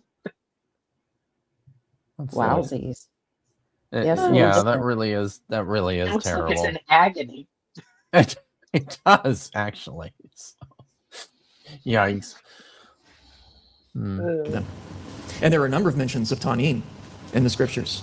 Several. So yes, God did know about these creatures. He did create them. He knows about them. And Tanin would also include swimming reptiles like plesiosaurs, so as well as genuine land dinosaurs. No. Hmm. no What about way. specific- Based on what Right, you told there us, we go Kip, again. Specific only varieties of dinosaur. plesiosaurs Hold on. I think those could are- be oh, leaped under sorry. this. Sorry. Based on what you told us earlier, Kip, only plesiosaurs could really be grouped into this. Right. Well, at least from Yeah. what he's mentioned so far. Mm. Yeah, but not probably not. Because again, I'm just gonna point out these are just fearsome mythological creatures living out in the dangerous seas. Because I don't know if you knew this, but like the ocean is it's scary, it's dangerous. If you go out there, there's a good chance you're going to die in the ocean. So ancient people understood this, and they thought it was this terrible place, this mysterious place that was full of all sorts of things that who knows what's out there. You just don't Yeah. know. Mhm. So Chaos. it's That's the chaos. It's chaos. Exactly. Thank you. Yeah. So let's continue. As well. If you take a look in Job chapter 40, verse 15, we read about a creature called behemoth. That's the There we Hebrew go. word, behemoth. It kind of means beast of beasts. And they weren't sure how to translate it, so most versions leave it untranslated, which is probably a good thing to do if you don't know how to translate it. So, and the reason they had trouble translating it is because when they read the description of it, it doesn't fit any existing creature. And just to give us a little bit of context, Job, we talk about the patience of Job. Job was getting a little impatient toward the end. He never cursed God to his credit, but he did want to have a conversation with God. And who can blame him? And then God graciously condescended. And it's basically said in the beginning of Job 38, basically said this: okay, before we have this conversation, let's see if you're qualified. You want to argue your case with your creator? Okay, tell me. And then he begins asking Job a series of questions that Job can't answer. And Job got So you could never be, how could you ever be qualified against your creator? I'm just saying. Oh no, he's getting out of touch. Can't I'm question your getting on a book. Yes, because I did want to say something about the Book of Job and about this reading on the Book of Job, because I think it's just as a serious disservice to what's actually happening in that text. So this is famously. Do you know anything about the Book of Job, Doc Dino? I know it contains a lot of mythology and a lot of mythological things. I don't know much about it other than what So- YECs preach about. It's basically it's quite a large book, and it's filled with this. Most of it is just this dense philosophical Hebrew poetry, reflecting on reflecting on basically why bad things happen to good people, and the divine culpability in that, and the appropriate human response to it. So it's a story about a wealthy man from the distant past, from this foreign place, who loses all of his possessions in a single day because God wants to see if his piety is legitimate. So he conducts this test through his basically court-appointed prosecutor called the Satan. So this happens, and then most of the rest of the book is just his philosophical contemplation of this stuff with his friends. At which point, through over and over again, Job continues to maintain his innocence and his righteousness, because in conventional thinking in antiquity, when bad things happen to you, it's because you displeased the gods in some way. You were being punished. He's fighting back against it. He's like, no. I mean, that just doesn't work. It's fine. Why is this happening to me? So in the final scene of the book, he finally encounters Yahweh, the God of Israel, who demands. Job is petitioning like he would before a court, and he's demanding, like, listen to me. I have a case to make.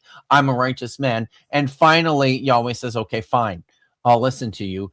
And then, basically cries like a petulant child. This is I've written a little bit about this, and I'd like to read it, just because I think it does a disservice to what's actually going on in the text. And if you have, some people in my audience have the book, God's Propaganda. This starts on page 426. So let me see where why.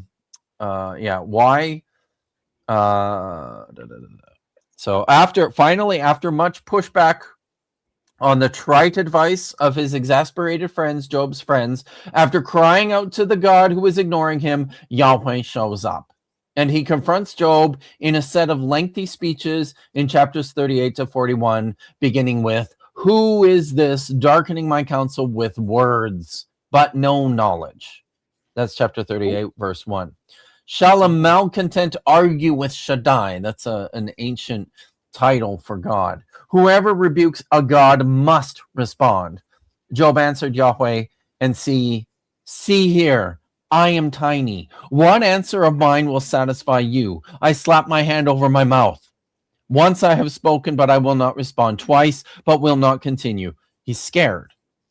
Yahweh answered Job from the storm and said, "Here now, hike up your skirts like a man. I will interrogate you, and you will answer me. Would you in fact impugn my justice?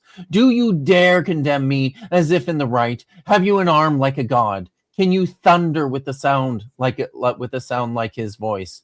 40 verse 2 to 9. In a series of petulant diatribes, Yahweh essentially reaffirms many of the observations of his friends, and disappointingly asserts his omnipotence in Job's inability to comprehend why such things happen. In short order, people suffer or they do not within the grand design of God, which is none of your fucking business anyways. Is this really a message to comfort? As Stephen Bridge goes on, I'll skip that. Job is silenced into a resigned acceptance, and this is what he says. And very often, translations will treat this as if this is Job humbling himself and basically in a form of pietistic repentance before God. This is what he says: "I know that you are capable of everything. No schemes are beyond you. Who is this darkening counsel and a dearth of knowledge? To wit, I have held court, but I do not understand. Things too difficult for me, so I do not know. Listen now, I will myself speak. I will interrogate you. You will reveal unto me." He's kind of parroting back to God what God has said to him. "By my own ear I have surely heard you, but now my eye has seen you. So then I give up.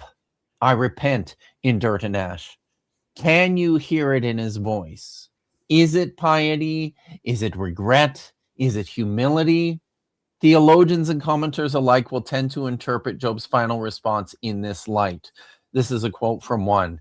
The Lord's speeches has stripped Job of his pride and self-sufficiency, and all that remained was a debasing need to repent. But if you're anything like me, you will find this as an unsatisfying resolution. Is that it? God just gets to flip the game board. And God just gets to flip the game board, and Job, who has been vocal, insistent, and brave in his petition for justice from a deity, he's just good with that?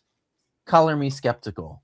To be clear, we can't hear Job's voice, and without hearing him, we also can't know whether his final words here are spoken in fawning acceptance or may otherwise be a tad sardonic.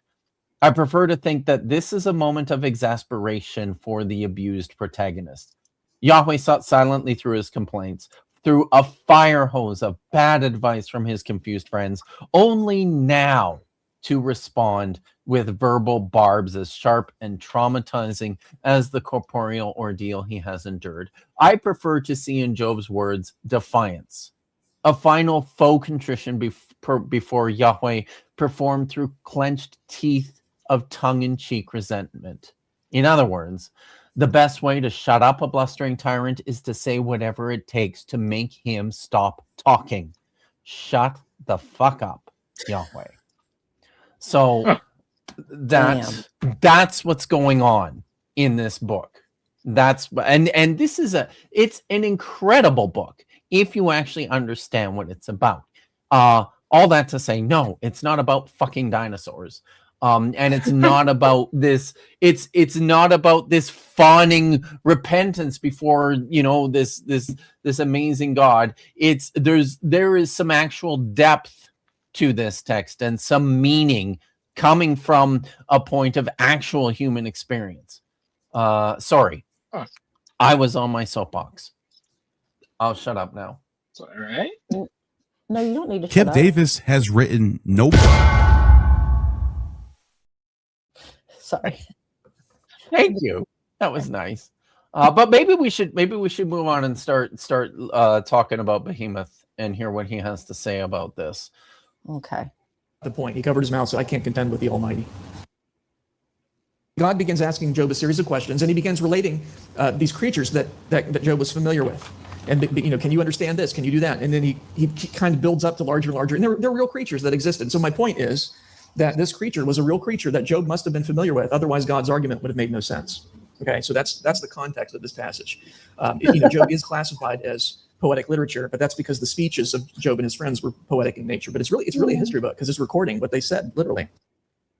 I just want you to think about that for a second. It's history because it's actually recording what everyone is saying, but it's poetic literature because that's the way they spoke. Does that sound real to you? Like, how many people do you know speak in poetry? Pretentious people. Yeah. Okay. Yeah. Fair. That's fair. Maybe on a TV show. Perhaps. But, yeah, that's another one of those like logical jumps he makes, which I just absolutely adore. It's insane. It's stupid, right? I mean, otherwise Job wouldn't know what he was talking about, though. Dr. Kip Davis. I mean, how would he have known unless he knew and saw Behemoth? So fine, right? Yeah, before we continue, no cultures ever have an understanding of folklore or creatures in folklore, right? Ever, right? Exactly.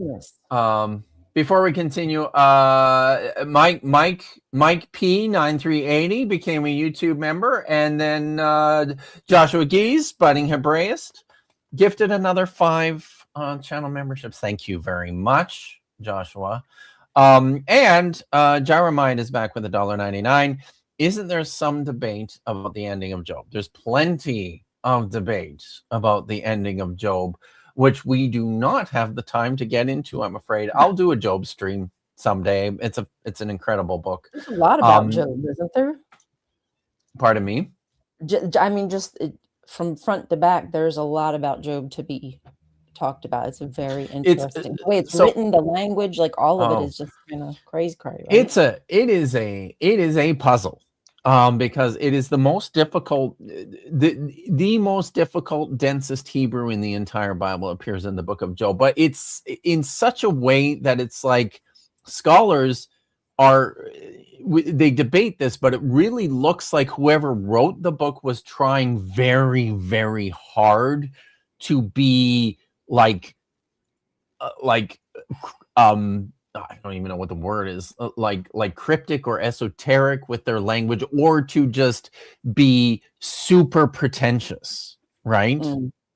In how it's written. That's part of what makes it so difficult. But it's loaded with all sorts of stuff. So, but let's get into Behemoth here. So that's the context of this. If we read the description of Behemoth. No, I was going to say, and I think brontosaurs, right? Sauropods is the other thing. So it sounds like I wouldn't call them brontosaurs. Oh, sorry, you would go. No, yes, it's okay. Sorry. I know. Okay, so I will say I have heard explanations of what, like I know you say Behemoth is a chaos monster, and you obviously know the scripture a lot better than I do.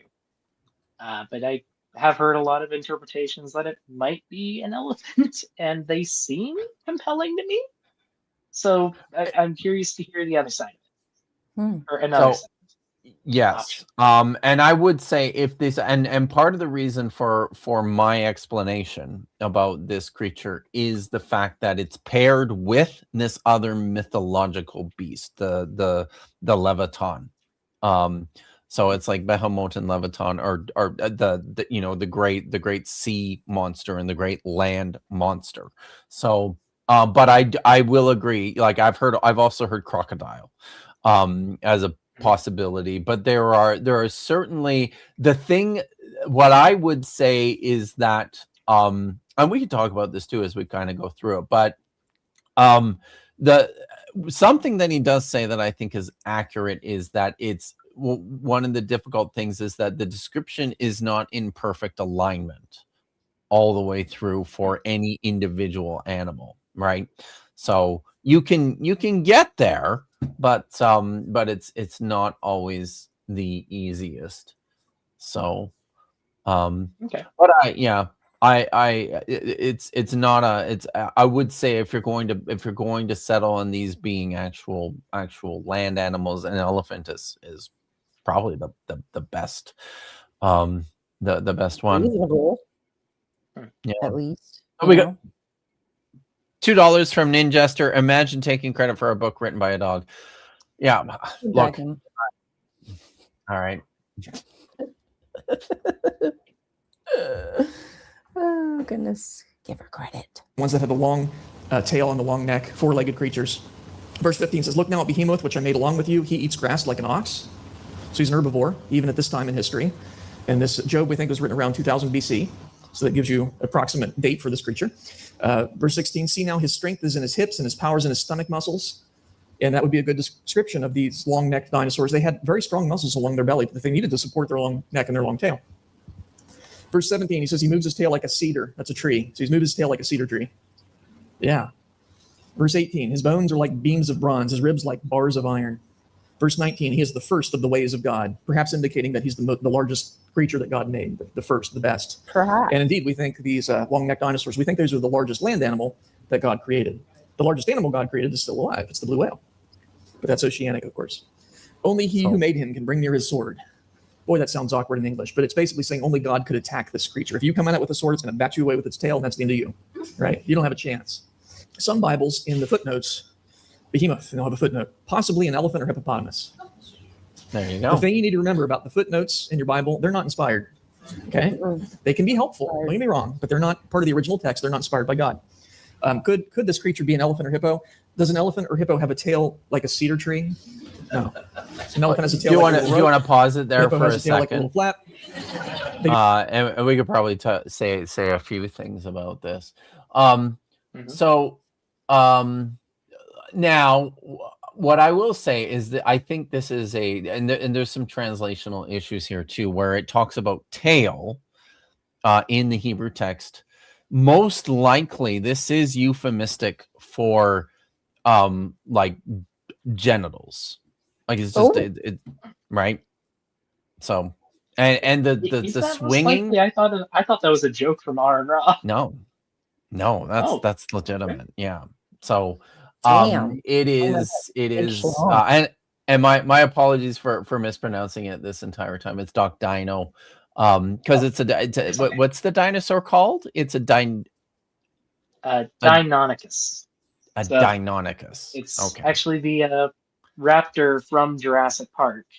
Oh, that It's one, the one that Velociraptor. taps, the one that like jumps Oh, up. And, like, that is taps the Yeah, thingy. the That this is more Velociraptor is what they actually a probably would have looked Deinonychus. like. Wow. Yeah. So That's cool. when Crichton was writing Jurassic Park, he was following a book from Gregory S. Paul, and Paul does a lot of interesting things. He likes to combine different dinosaurs into the same thing. He did that with Deinonychus and Velociraptor, two completely Oh, different sized animals from completely different continents. no way. But Oops. Crichton was using his book as a reference when he was writing, so he took the name Velociraptor. Right. Well, that's fun. Oh, Deinonychus. I think is that how they say it in the movie? Did they say it Deinonychus like that? Do they actually say it it's- in the movie? Or no? It's only called Velociraptor in the movie. Oh, okay. That's it. Just Velociraptor. That's Yeah. crazy. So they kind of blew that one. So it's not as Well, real it as he was- said it is. It's not as realistic as he said. I'm just joking. So, okay, here's Poor the thing. Adam. If you just swap the name label, for the time, it's a pretty good Deinonychus. Okay. Okay. Like, anatomically, there are a few quibbles, but it's pretty good for the time. Should it have had feathers? Yes. There's a few reasons why they didn't have feathers. It would look No. so much cooler, I think. But Oh, there is a video on YouTube where the CG artist did realistic Deinonychus and put them in the scene, like the kitchen scene. really? It is Oh my god! terrifying. I know what I'm watching after this. Right? I'll send it to you on Discord. It's by Yes, Julio. please. Wow. That They sounds look amazing. horrifying.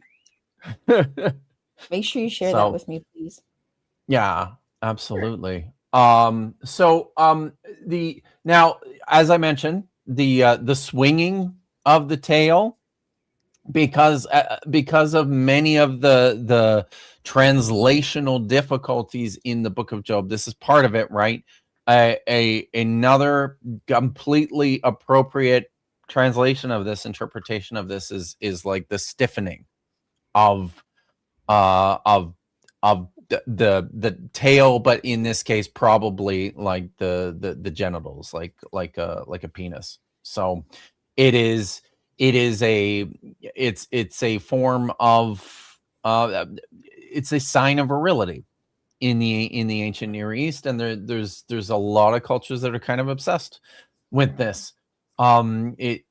Which is probably these are all indications of power and strength in the animal. However, I will say, when it comes to interpreting this as an elephant, he says that the animal swings his tail like a cedar, imagining that it's like a cedar, like in terms of girth and I guess length and stuff, and he Couldn't swings it just it. be the sway? This is it, right? Like, what are we talking about here? The cedars swing or sway, but what parts of them do that? Not so the Little trunk. Grant? Yeah, go ahead, Doc Grant, Dino. So one of the compelling arguments I've heard for it being an elephant before, I don't know the original source. I saw this in one of R and Raw's videos. It's a bit older now, but he has this Hebrew expert on, and he says that the specific verbiage of the sentence it's specifically focusing on the sways part. Not it looks like, it sways like a cedar. That's the emphasis. If that's the right reading of the word, he's absolutely correct, right? And something else that I know is that Lebanese cedars are not like sequoias or like the giant cedar trees that we have out here on the Pacific coast.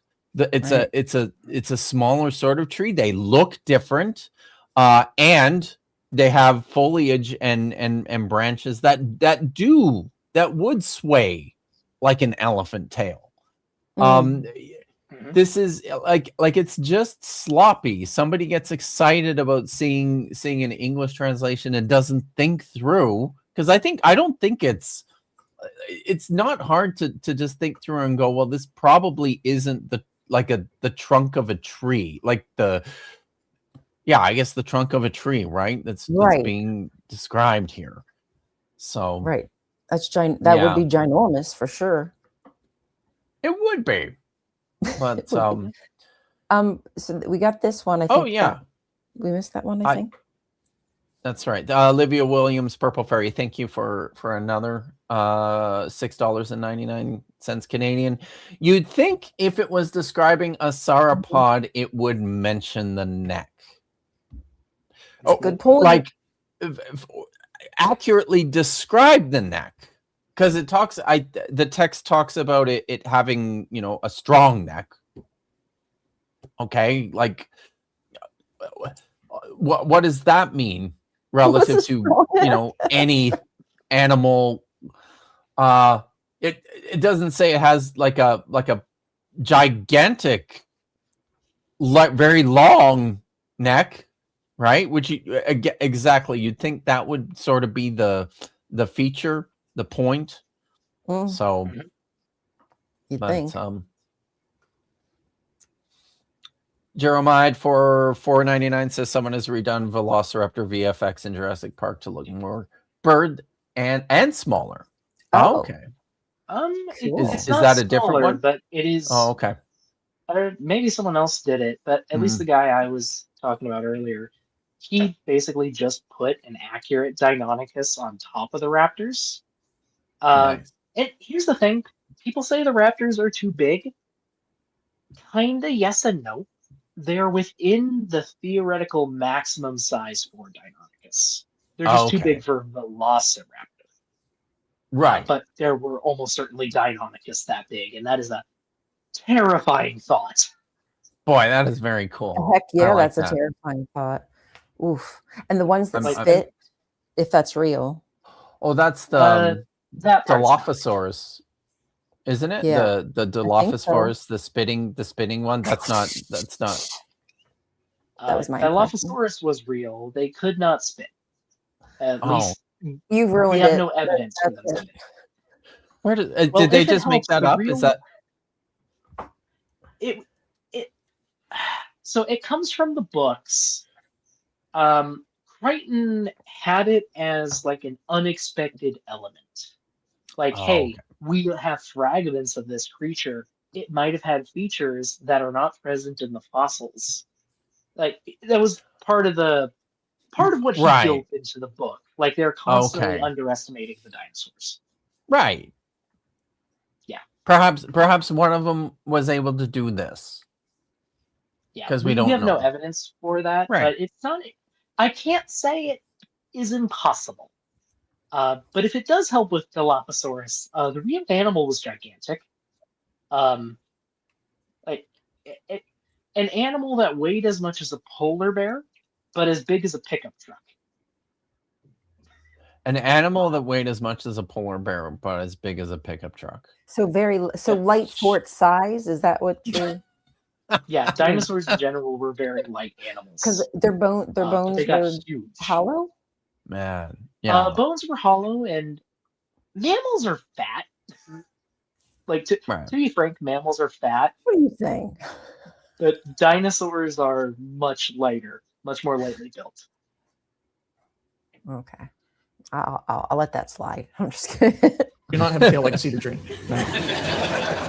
So I don't know for sure. I can't prove that behemoth is. But wait, I mean, he does say that they did kind of diversify, so maybe they just diversified like that, and then their tails went smaller. Just kidding, obviously. It's a sauropod Okay, dinosaur, but sure. I know it's not an elephant or hippo. The description doesn't fit. All right. In the next I think chapter, yeah, he's going to talk about Leviathan. How much should we? How much? I'm just curious. I want to be respectful of your time, Doc Dino. How late can you go today? How soon you need to I get have out a of here? completely free afternoon, so All right. whenever you're done, I'm done. I'm Okay, fine we'll staying. probably go. If you're cool, we'll probably go for another 30 minutes. Sure. So I just might need to Good. refill my water if we go too long. yeah. All right. Let's learn about Leviathan. Yay! we read about a fun swimming fact, creature called Leviathan. There, Oh, And hold the description on. of it sounds an awful lot like. Sorry. there is a fossil animal called Leviathan after Oh, Leviathan. nice. Yeah. Oh, It is a there? Okay. giant What is it? sperm whale. Of course. Really? A giant sperm whale with even love more that. teeth. And Wow. it probably fought Megalodon and hunted whales. Dang. That's I'm rats. not I mean, making that's a that good up. good choice. That's a very good choice. That also actually sounds Leviathan is sort of an anglicized version. In the Hebrew, it's Levitan. So it's closer, Probably where they right? got it. Yeah, absolutely. And I'm sharing an Jeremiah for image a of Leviathan attacking a whale. beautiful. Let's look at that, please. Oh, Nice. damn. That's awesome. Jeez. So That's pretty cool. it really is.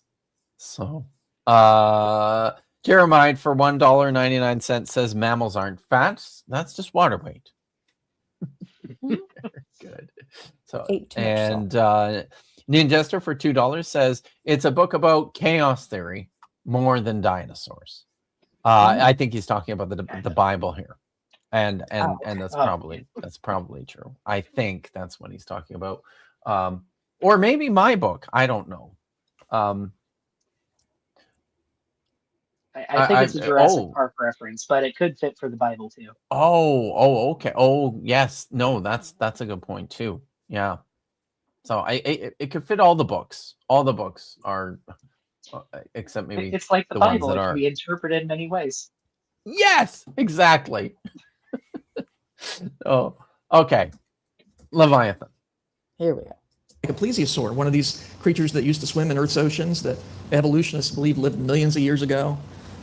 But they had flippers instead of legs because they're ocean creatures, and some of them had a long neck. Not all of them did.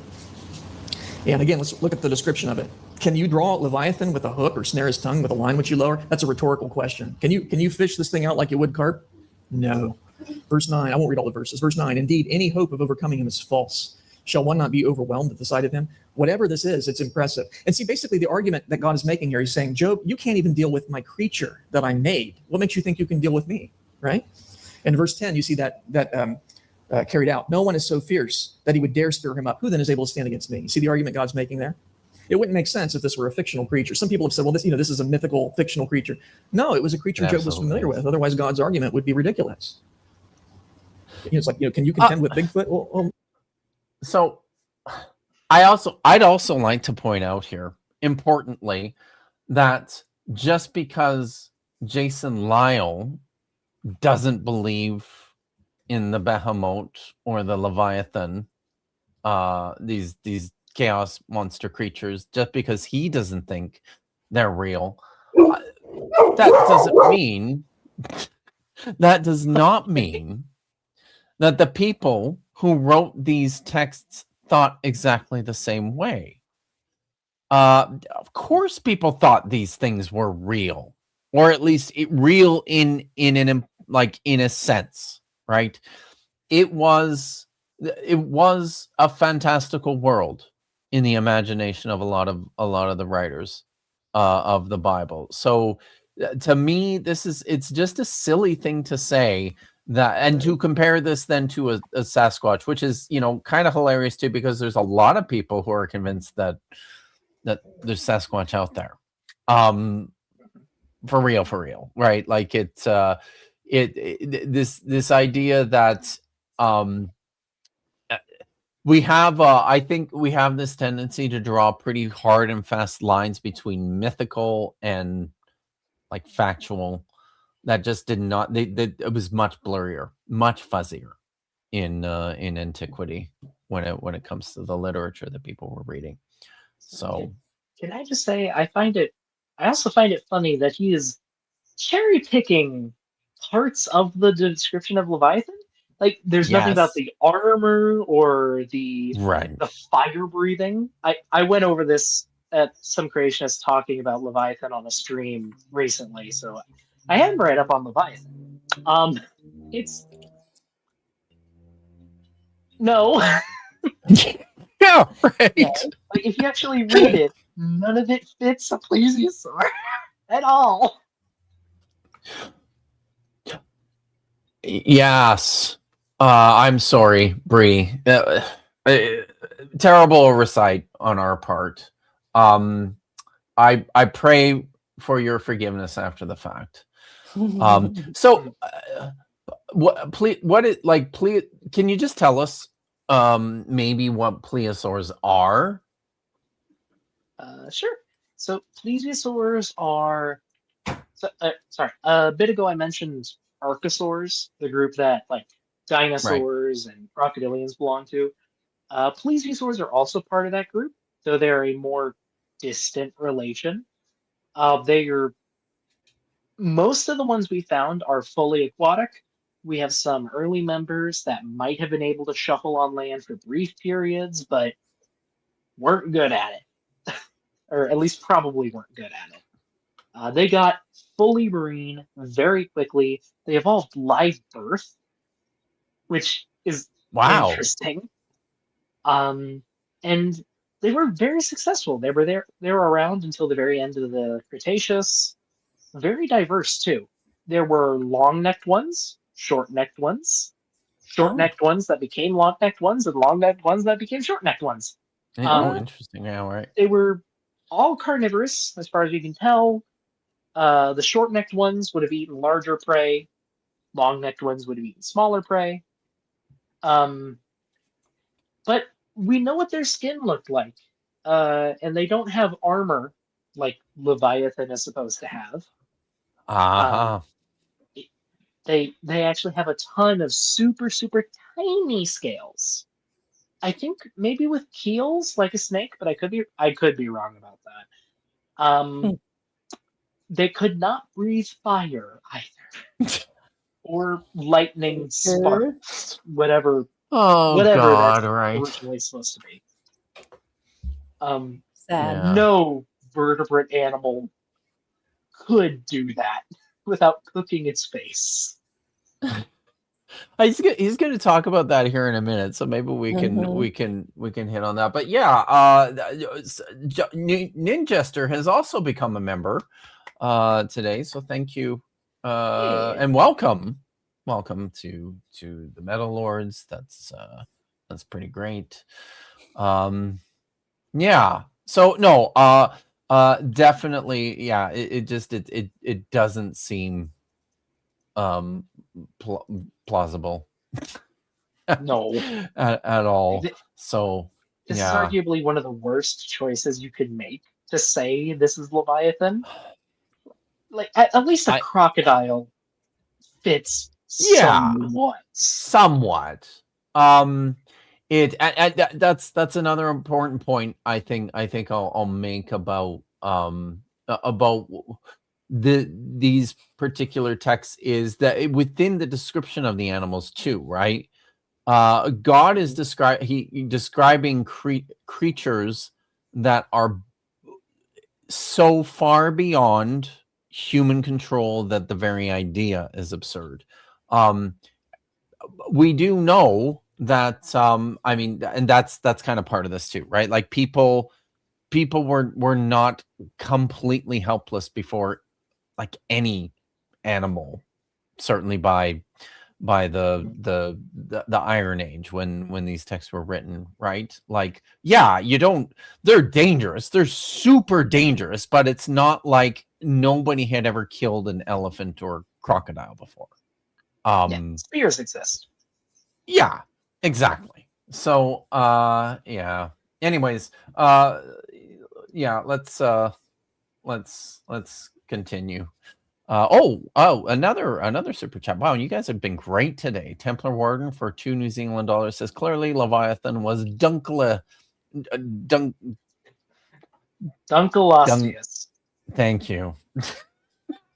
What the hell what is is that? this? It Is is it like a dunking like giant cookies and armored milk or fish. something? It's a what? It is a giant armored fish with a face like a guillotine. God The damn. Let me get a picture. You'll see what I mean. All right. It's Oh hell! let's get it. That's ugly. Oh, I don't see. Oh, there we go. Yeah, those are its Wow. mouth plates. Those aren't teeth. Okay. I'm trying to get a good full body shot. Yeah, I can't get That'll- a Oh, come on. darn. You'll do for now. Here, let me just share screen. Here. Oh wow! Of course it's Jeez, tiny. right? Whatever. Yeah, but we're So getting the. Oh wow. Look Yeah. at that. How big big are these fish with things? big sharp chompers. Oh goodness, yeah, Wow. that's a chomp. Yeah, that's a Yeah. guillotine, all right. Chomp, Although chomp. it It did really get is. recently downsized. These seem to be mostly, yeah. Here's about the size it would have been like hit life, Jeez. which is Wow. still too big to have a mouth like that. Whoop. Right. Stop it, Google. Ah! Google's freaking out. Very cool critter though. Yeah. It does have No, armor. that's. Yeah, it does. It does. It is a very heavily armored fish. Oh wow.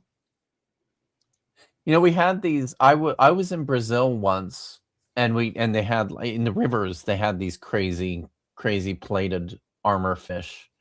Arapaima. No, but it could be. I don't know, but I that's probably right. They're very tasty. That's what I know. I've heard. Yum. Yeah, they're very good. Tasty. Yeah, delicious. So, all right. Tell me if my audio is okay. For some reason, it told me my audio is not working, but Oh, really? No, It 'cause he sounds doesn't, okay it to doesn't me. exist, as far as we know. Anyway, verse 15, his rows of scales are his pride. So it's a scaly creature. It's a reptile. Verse 16, one is so near another that no air can come between them. Verse 22, strength dwells in his neck, and sorrow dances before him. So that made me think of a long-necked creature like these plesiosaurs, like an elasmosaurus, which had a really long neck. But it was an ocean-dwelling creature. Verse 25, when he raises himself up, the mighty are afraid. Apparently, these creatures could come out. They could raise themselves up, come out. Maybe not come up on the land, but come very close to it. And it was very terrifying for people. Like Christmas crap. hold on, like the Loch Ness monster, ooh, right? Oh god. Nessie. I'm sorry. Don't count Nessie out. It's okay. It's bound to come up. We don't have to. It would be really cool if a plesiosaur was alive in the modern day. I'm not Yeah. sure how well it would do in a lock. We do have plesiosaurs that seem to have been cold water adapted, but they were like specialists. Okay. Wow. Yeah, I guess let's press play. They're beside themselves. Verse 33, on earth there is nothing like him which is made without fear. Amazing creature. And again, in some Bibles, in the footnotes, it'll say Leviathan, possibly a crocodile. The description doesn't fit, right? When he raises himself up, the crocodile can't raise himself up. He can't more than a foot off the ground because of that sprawling gait. But But he's they do. assuming that's what it means by raise itself up. Maybe it just means it raises itself up out of the water. Right. But also they do. They jump up at you. They lunge. Jeez, They're really? fast, they're fast as F boy. That Faster than you realize. Wow. I live in Canada. We don't have them. So I'll take your guys' word for it. Very cool. Don't walk and your it's dog very near the water. scary. That's all I gotta say. Right? In fact, I didn't read all the verses. Some of them indicate that sparks leap out of his mouth, smoke goes out of his nostrils. So it's not just a dragon; it's a fire-breathing dragon. And that's where the critics really, try to make fun of us. Well, you believe in fire-breathing dragons, and then my question is, why not? Yes. Yes. Oh my God. Yes. I mean, yes, you deserve to be made fun of if you're taking this seriously in terms of like real life. I like, help me out. What? Yes. Yeah, exactly, Kip. What he said. I mean, Oh my gosh. okay, what do you need to breathe fire? And not hot steam like a bombardier beetle, which they're gonna ring up. How do you do fire? Let alone, Well, I think you correct need me if some I'm kind of wrong, gas, Kit, right? You doesn't the need like description of Behemoth say there are like crackles of electricity? Like, does it say Yeah. that it breathes? Yeah. Yeah. That's in there. Okay, if you want to breathe fire, you need fuel, probably an accelerant, something to push it out, something to ignite it, and something to prevent you from cooking yourself. That's a lot of things you have to evolve in tandem. No. No. You're saying like, it's not possible? No, it's not. Let's see, the most, or some of the most biologically plausible things you could use. Maybe methane. Like, creatures do produce methane. They burp methane. Cows do that all the time. But you need a way to light it. Probably easiest way to do that is to have metal in your teeth. Metal in your teeth to make sparks. That's something we only really see in rodents. At least What in about any. static Wait, what? electricity? A lot of rodents have iron deposited in their teeth. That's why they're orange. It makes them more resilient to grinding. But they can't. They can't. That's not. There's no way of. No, exactly. I'm sorry. See, I'm a dummy. I don't know anything. So especially if it's in your yeah. mouth, it's going to be wet. Which no. But have then you you have to ever have a way been, to force it out. yeah, And not but cook have you ever yourself. seen the certs where you bite the certs in the dark and it does like make a little flash, a little light? What Where if you they're bite eating what? something? Yeah, like the little certs with the little dots in them. If you chew it in the dark, it will. I swear to God, I did it one time. And I did it. I Really? swear to. I'm gonna No have way. to retry it now because maybe I'm lying to myself and I was high or something. So But that's not. I will do some research. I've never heard of that before. I'm sorry. That doesn't necessarily have to be a spark, though, either, right? Like that could just be like luminescence is not like phosphorus Right, no, it's not or an actual spark. But if he's just describing something like a cedar tree that waves, maybe this is just, he's saying fire, right, something like that. I don't Somebody, yeah. Sorry, But guys, I went. that would have to be in the fire. And, yes. Okay, can living things create electricity? Yes. Not very much, though. And they can't project it into the air. God. It's none of it is biologically possible is the big thing here. Like, could it be a fantastical alligator, like, snorting out air as it comes up to breathe, and it looks all pretty and yellow and whatever in the sunlight?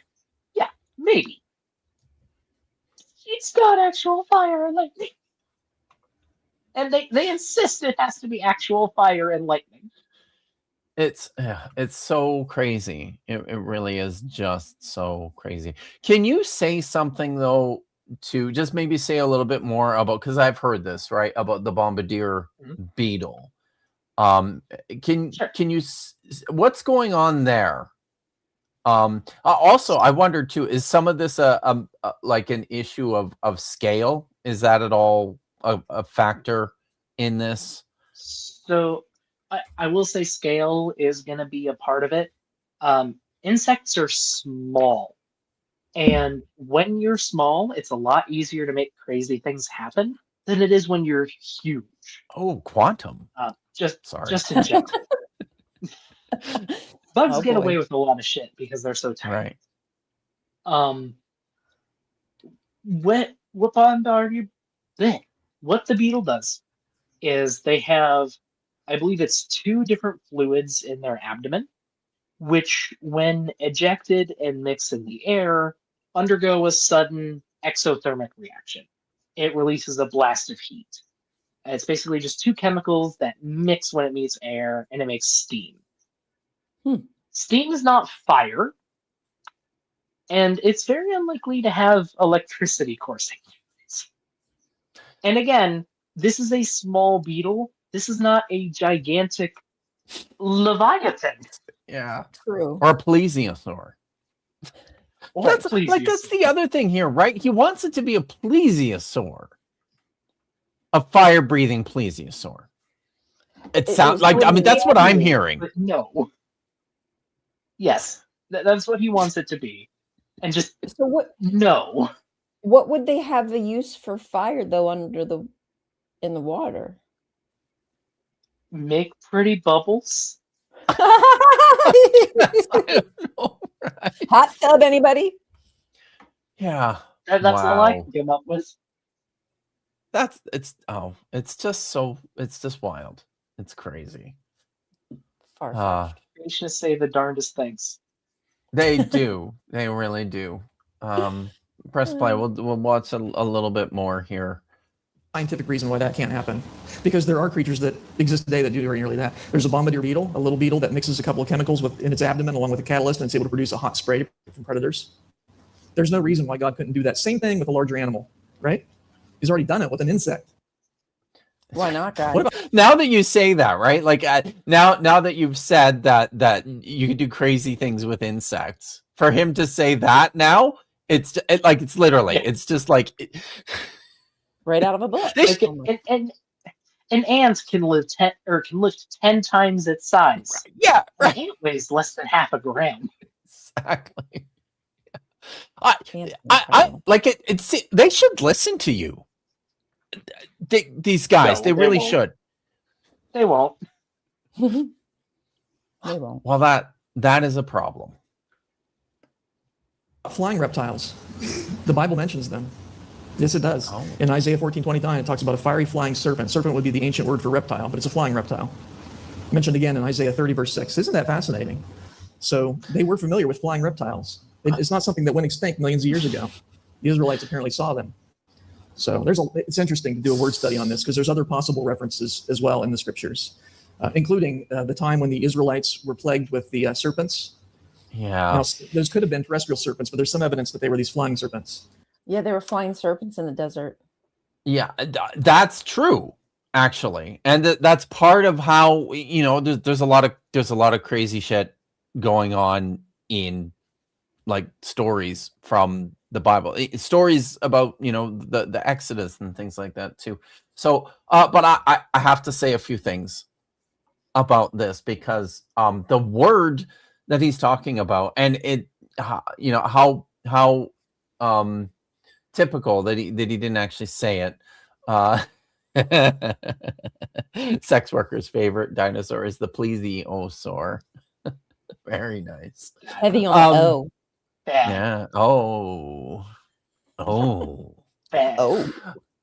So the word that he is referring to here is saraf, and it most often occurs in the plural, and this might sound familiar. Let me know if it does. It's seraphim or seraphim. I expect Ryan recognizes this word. I don't know if you do, Doc Dino. I've heard the term. Doesn't it refer to a kind of angel? There is Yes. the seraphim angel. Yes. So these are, I don't like the term angel, but it's like you're forgiven. It's okay. Sorry. Because divine beings, cosmic beings, attendants of the gods in their heavenly courts. That's what these things are. They are like fiery burning serpents. So it's not like it's not like they're on fire. They're literally on fire. Like they're conflagrating. That's their whole thing. Is they fly and they're on fire. So like no, there's no animal, none. And I would like to know if Jason Lyle thinks that that there were actual like conflagrating fires, like conflagrating flying snakes, because they're serpentine. Conflagrating flying snakes were real animals that lived on the earth. Really? Is that what you think, Jason Lyle? Because that's what these things are.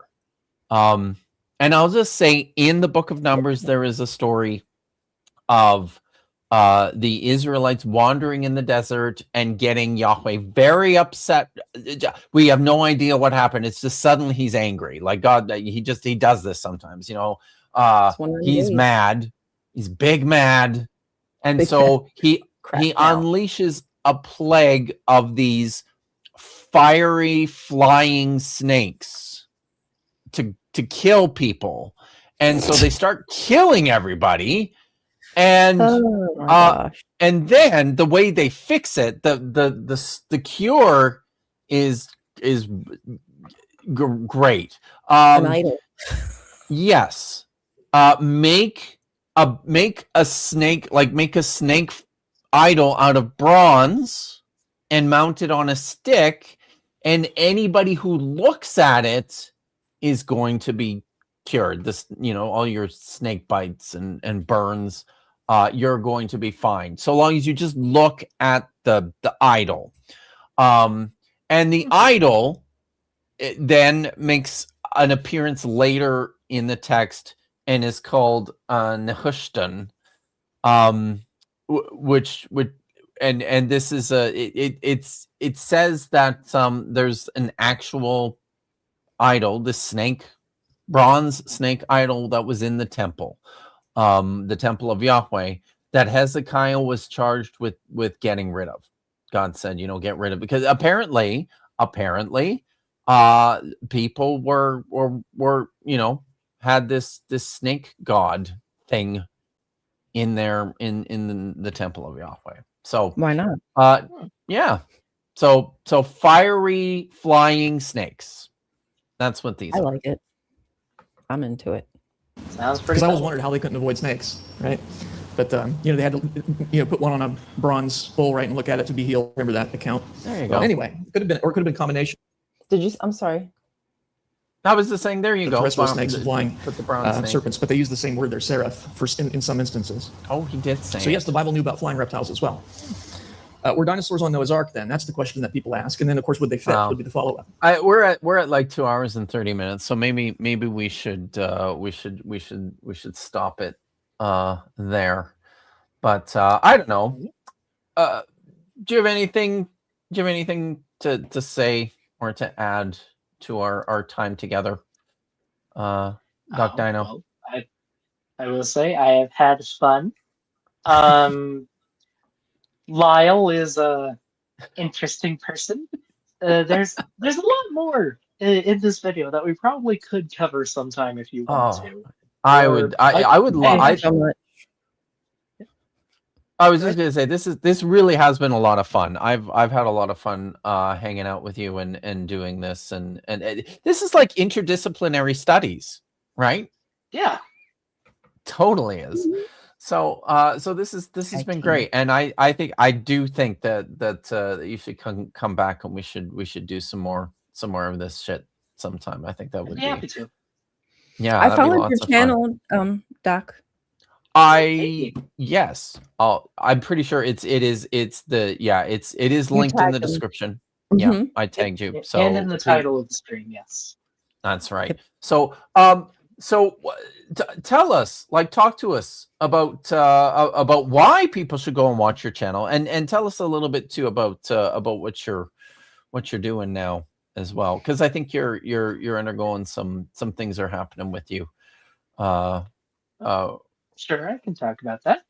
I like to debunk creationists a lot. I have my own show on my channel that I have finally brought back from the grave, and I'm being consistent with, called Creation Science Theater, where we just talk about creationists doing dumb stuff with science. I don't have any official co-host or anything. I invite people, and if they show up, they show up. Or sometimes I make it an open theater, and I allow the audience to join. But we usually cover a variety of topics, ranging from geology to dinosaurs to medicine. Sometimes we've done crystal woo stuff before. Just bad science that people misuse to make money is you're basically about what I heard. promoting good science. I try to, and I try to share lots of fun dino and animal facts, as you've seen here. Yeah. And I am always happy to learn too. And yes, it was inspired by Mystery Science. God, that show. Yes, I can't remember the title right now, but yes, it was inspired by that. Mystery Science Theater. Yes, Excellent. Mystery Science Theater. There we go. Mind And I Phaser is also subscribed. thank you. I also do videos. Sometimes I'm currently working on a review of the Dinosaurs, which you brought up earlier. I already did episode 1. I'm going to be doing episode 2. Oh, cool. I'm going to check that out. Awesome. You got Yeah. some subs. Go do it, guys. Yeah. Make sure you go Lovely. sub. And I will be streaming tomorrow and Sunday. I am probably going to be joining Dapper for a bit. I have a Wow. Really? little Double presentation dino? Yeah, Dapper Dino. I have a presentation on Mark Armitage and his Triceratops that I need to finish. Cool. Is that on his channel? Yes. I don't know if he has it up yet, but it will be on his channel soon. Okay. I think most people here know how to find Dapper. I'll be there tomorrow, by the way, on his channel. Now, before you go, I'm sorry I forgot about this. If you could please tell us about these cool pictures that you sent me here. Can I zoom in Sure, I on that? can. Yeah. Might be best to start from image 3 rather than this one. So that's number 1, 2, that one? 3. Yes. Okay. So this is a fossil tooth that I discovered out in Wyoming on public land, so I couldn't collect it, but I did report it. Oh, wow. This is the tooth of a meat-eating dinosaur about the size of T-Rex. Wow. Really? Or at least part of it. Wow. It's broken, but it's part of it. It's from a dinosaur called Acrocanthosaurus. Wow. The other photos the first 2 photos are the same tooth from different angles. So Are those this is a sideways serrations? view. Like, is that a Yes, they serrated are. edge? That's wow. wild. It is serrated like a snake. If you go to the left, that's how thin it is. It's shaped like a steak knife. Holy cow. Snap. I see what you mean now. It literally is like Yeah, pointed like like knives that, in your yeah. mouth. Wowsies. Yeah, Wow. huge mouthful. Imagine guys. biting And your tongue or your cheek accidentally like that. I already do it enough Dude, with that's my so little teeth. much. It hurts. Take a whole chunk man. out of your cheek. Uh, Wowsies. That's incredible. And then that's the tooth from above. So that's what the cross section looks like. Wow. That's cool. Then So go ahead. no, I was so this is like the front part of the tooth, like the part that faces forward, I'm assuming is that This is the top of the tooth. The tip Yeah. of the tooth is broken off. yeah. And Or then actually, I think start this is the part bottom. facing That's my in. bad. So actually, I can share an image of what the complete skull would look like here. Okay. So, yeah, and I'm just sharing that with you now All right. on StreamYards. I'll take that Go ahead. off. There we go. Oh, So neat. this is what the complete skull would look like. Dang. This is probably one of the lower bottom teeth here. So they're pointed up like this and slightly recurved, Boy. but they have those big serrations on them. This skull is like What- 4.5 feet long, by the way. This is Fran, is her name. Wow. Beautiful. Paleontologists What love to is give it? nicknames. It's called an Acrocanthosaurus. Okay. This one is at the North Carolina Museum. Cool. That's cool. Yeah. This is a picture you took, or is this? No, this is this on is just Google. one from the. Yeah. Cool. Yeah, this is a skull All right, mount. but okay. I think then- you. Oh, Good. whoops! Shoot. I was gonna say the fourth image I shared with you Damn is it. another one of those teeth that I'm I just found trying to get in the rock. back. Yeah. I'm a problem. professional streamer. I promise. All right. Yeah. There we go. Okay, so I pulled up this one next. You're not showing it. Oh shit! See, look at what a professional streamer I am. So I pulled up It's all this right. one next. There it is. So that's one I found embedded in the rock still. You can still see the serrations on it, and there's a little Oh, you pencil can. scale. Look at that. And then the last Yeah, that's image cool. are some tyrannosaur teeth that I found. Oh So, wow! teeth fragments. Look at the freaking ridges on that motherfucker. Wow. Yep, you can see the serrations. That's so Yeah. cool. It's hard to see from this picture, but they are small fragments that are very wide. So the other one was like steak knives, Yes. These are- Right. Wow. Ooh. and there's only 2 dinosaurs from the rock formation I found these that have teeth like this. And that is T-Rex and T-Rex's smaller cousin. So cool. That is so cool. It Man. is. Just quickly, have you heard any issues with like the privatization of like buying dinosaur bones? I saw like something came across my FYP and I didn't look into it at all, but they were just saying a lot of rich people buying up and having their own like personal collections and like museums not, I guess, I don't know, not getting, because I guess normally like they would usually like a rich person would like have a little plaque and then dedicate this dino, but now they're kind of just putting them in their own homes. Allegedly. Yeah, me and every other paleontologist I've talked to hates it. Yeah. So the thing about paleontology, if your fossil is not publicly available, if it is privately owned, there's only so much you can do with it because it is very hard for people. It's usually very hard for people to double check like your measurements or find new measurements or analyze the fossil at all if it's in a private collection. Because if it's in a private collection, the owner can do whatever they want with it. They can blow it up for all they care. So you always want fossils, especially good fossils, to go to a public repository. And it's where you know they're getting taken care of, where they know how they need to be kept, and I don't know any of that, but a private person, I have no idea how much they really care. Yeah, I mean, fossils in private collections get roughed up all the time. They don't get taken care of. Once you get a fossil out of the ground, we coat our fossils with a couple different chemicals to help prevent them from drying out too much and crumbling into literal dust, which is something that can happen. But private collectors don't always know that. Or if they break a bone, they don't take care of it. It's disappointing. It's a lot. A lot of paleontologists aren't thrilled about, especially because some of them are going for absurd price tags, like absurd price tags.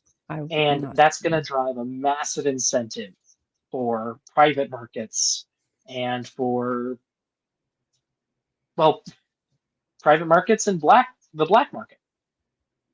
Like, people will just be taking fossils from private lands and selling them. And especially when they do that, a lot of those kinds of fossil sellers, they don't take a lot of notes. They don't like to tell you where their sites are. So you lose all of the context for your fossils. Wow. And when you lose the context, it's just a bone. Yeah. Right. Without at least Yeah. that surrounding evidence that you were like talking about before, that you used to date and do all that assessment. That's all. That's gone. Yeah. Like you can maybe say, oh, that's from a meat-eating dinosaur. Oh, that's a T-Rex tooth. And teeth are kind of a special case because there's a crud ton of teeth. But for most fossils, there's only so many. And if you don't know where it came from, you lose out on a lot of really important data. Yeah. A That's lot of shame. important data. I'm glad I asked. Thank you for telling me that. Sorry about that, Dr. Kip. I just No. It's now I a know. very good I wasn't question, sure if it was and it's bull something crap like or what. I guess I might as well say, if you find a fossil, report it to your local Bureau of Land Management office. You can find those online. They're stationed all over the country. They will know the process to report the fossil and maybe get it put in a museum. And if it does get put in a museum, a lot of museums will put your name on the plaque There as you the go. discoverer. See? Like Very this was nice. this was found by so and so and their daughter on this day. Like stuff like that. So you get credit. It goes in the notes. That's far better Yes, than the owning it. provenance of the fossils. Yeah, and see, and Ryan, you should not apologize, because this is something that I have a little bit of experience with in my own field as well, and it's a major it is a So. major issue, and I'm in alignment with Doc Dino here. I mean, and what scholars are like, you can't just take shit, right? Like culture, from my perspective, from an anthropological perspective, cultural heritage is super important. And as soon as you geez, wow, thank you, Primordial Puggles, for the very generous 100 Australian dollars super chat. Wow, you guys have been amazing today. So honestly, this is turning out to be the best week ever. But it really is. It really is. So yeah, it's super important, and maybe this just goes across the board. When you find stuff on the ground, just let someone know who knows what to do with it. That's what you should do. And it doesn't matter what it is, an arrowhead or a piece of pottery or a bone of an extinct animal. It's we are impoverished by the removal of these things inappropriately. Yeah. So and I will say, like the fossils I've shown, like they're all either super common things, like this is a scrap of petrified wood, or like they are just scraps, like stuff that's a broken mess that you can barely tell even what it is. Like they're not valuable specimens, right. But you wouldn't know, as the everyday person, you wouldn't know unless you let the proper authority know. Yeah, just report it with photos. If you have nothing else, put your foot next to it. That gives us a rough idea. I hate when people do that, when they take a picture and they don't put like a dime or something. Like I don't know how big that is. Like some scaling. Yeah, some scale for me. So, yeah, cool, awesome. Well, thank you so much, Doc Dino, and everybody. Make sure you check them out on Dapper's channel tomorrow. And you said you're streaming when? Or I'm streaming on my channel tomorrow. I'm gonna be with Dapper on Sunday. Right, yes, sorry, it's Friday. So yeah, check out Doc Dino on his channel, which is tagged in the description. That is tomorrow, and then on Dapper Dinosaurs. Those can be a wide range of sizes, so Not the Listen, best. if you're gonna send me a dick pic, if it's next to a dinosaur bone, I don't know how offended I'd be. I'm just 2 bones for the price of 1. Oh, God damn it. I know my mom was watching this stream earlier. I hope she's not here now. oh help. Oh God. This show is often not what we expect it's going to be. So I'm just gonna say that. All right. So yes, check those things out, everybody. Tomorrow is Saturday, so I will be on Dapper Dinosaurs channel at noon Pacific, 3:00 Eastern. And then I am back here in the evening for another episode of Budget Scripture Saturday.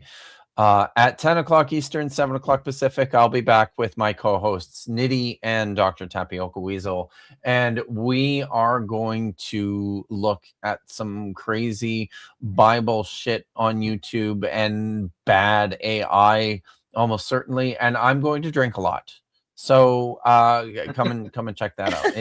It's always fun. That makes it better. Fun. Yeah, it sure does. So awesome. Well, it's yeah, we're getting close to about 3 hours, so I think we're just gonna wrap it up. And I'll say, yeah, thanks again. This was awesome. We will do this again. I had fun. So just looking for the right outro here.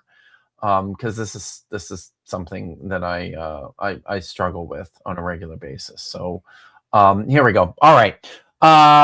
Everyone, and yes, I don't know, maybe you guys need to do a show together. Seriously. I'm down. Sure.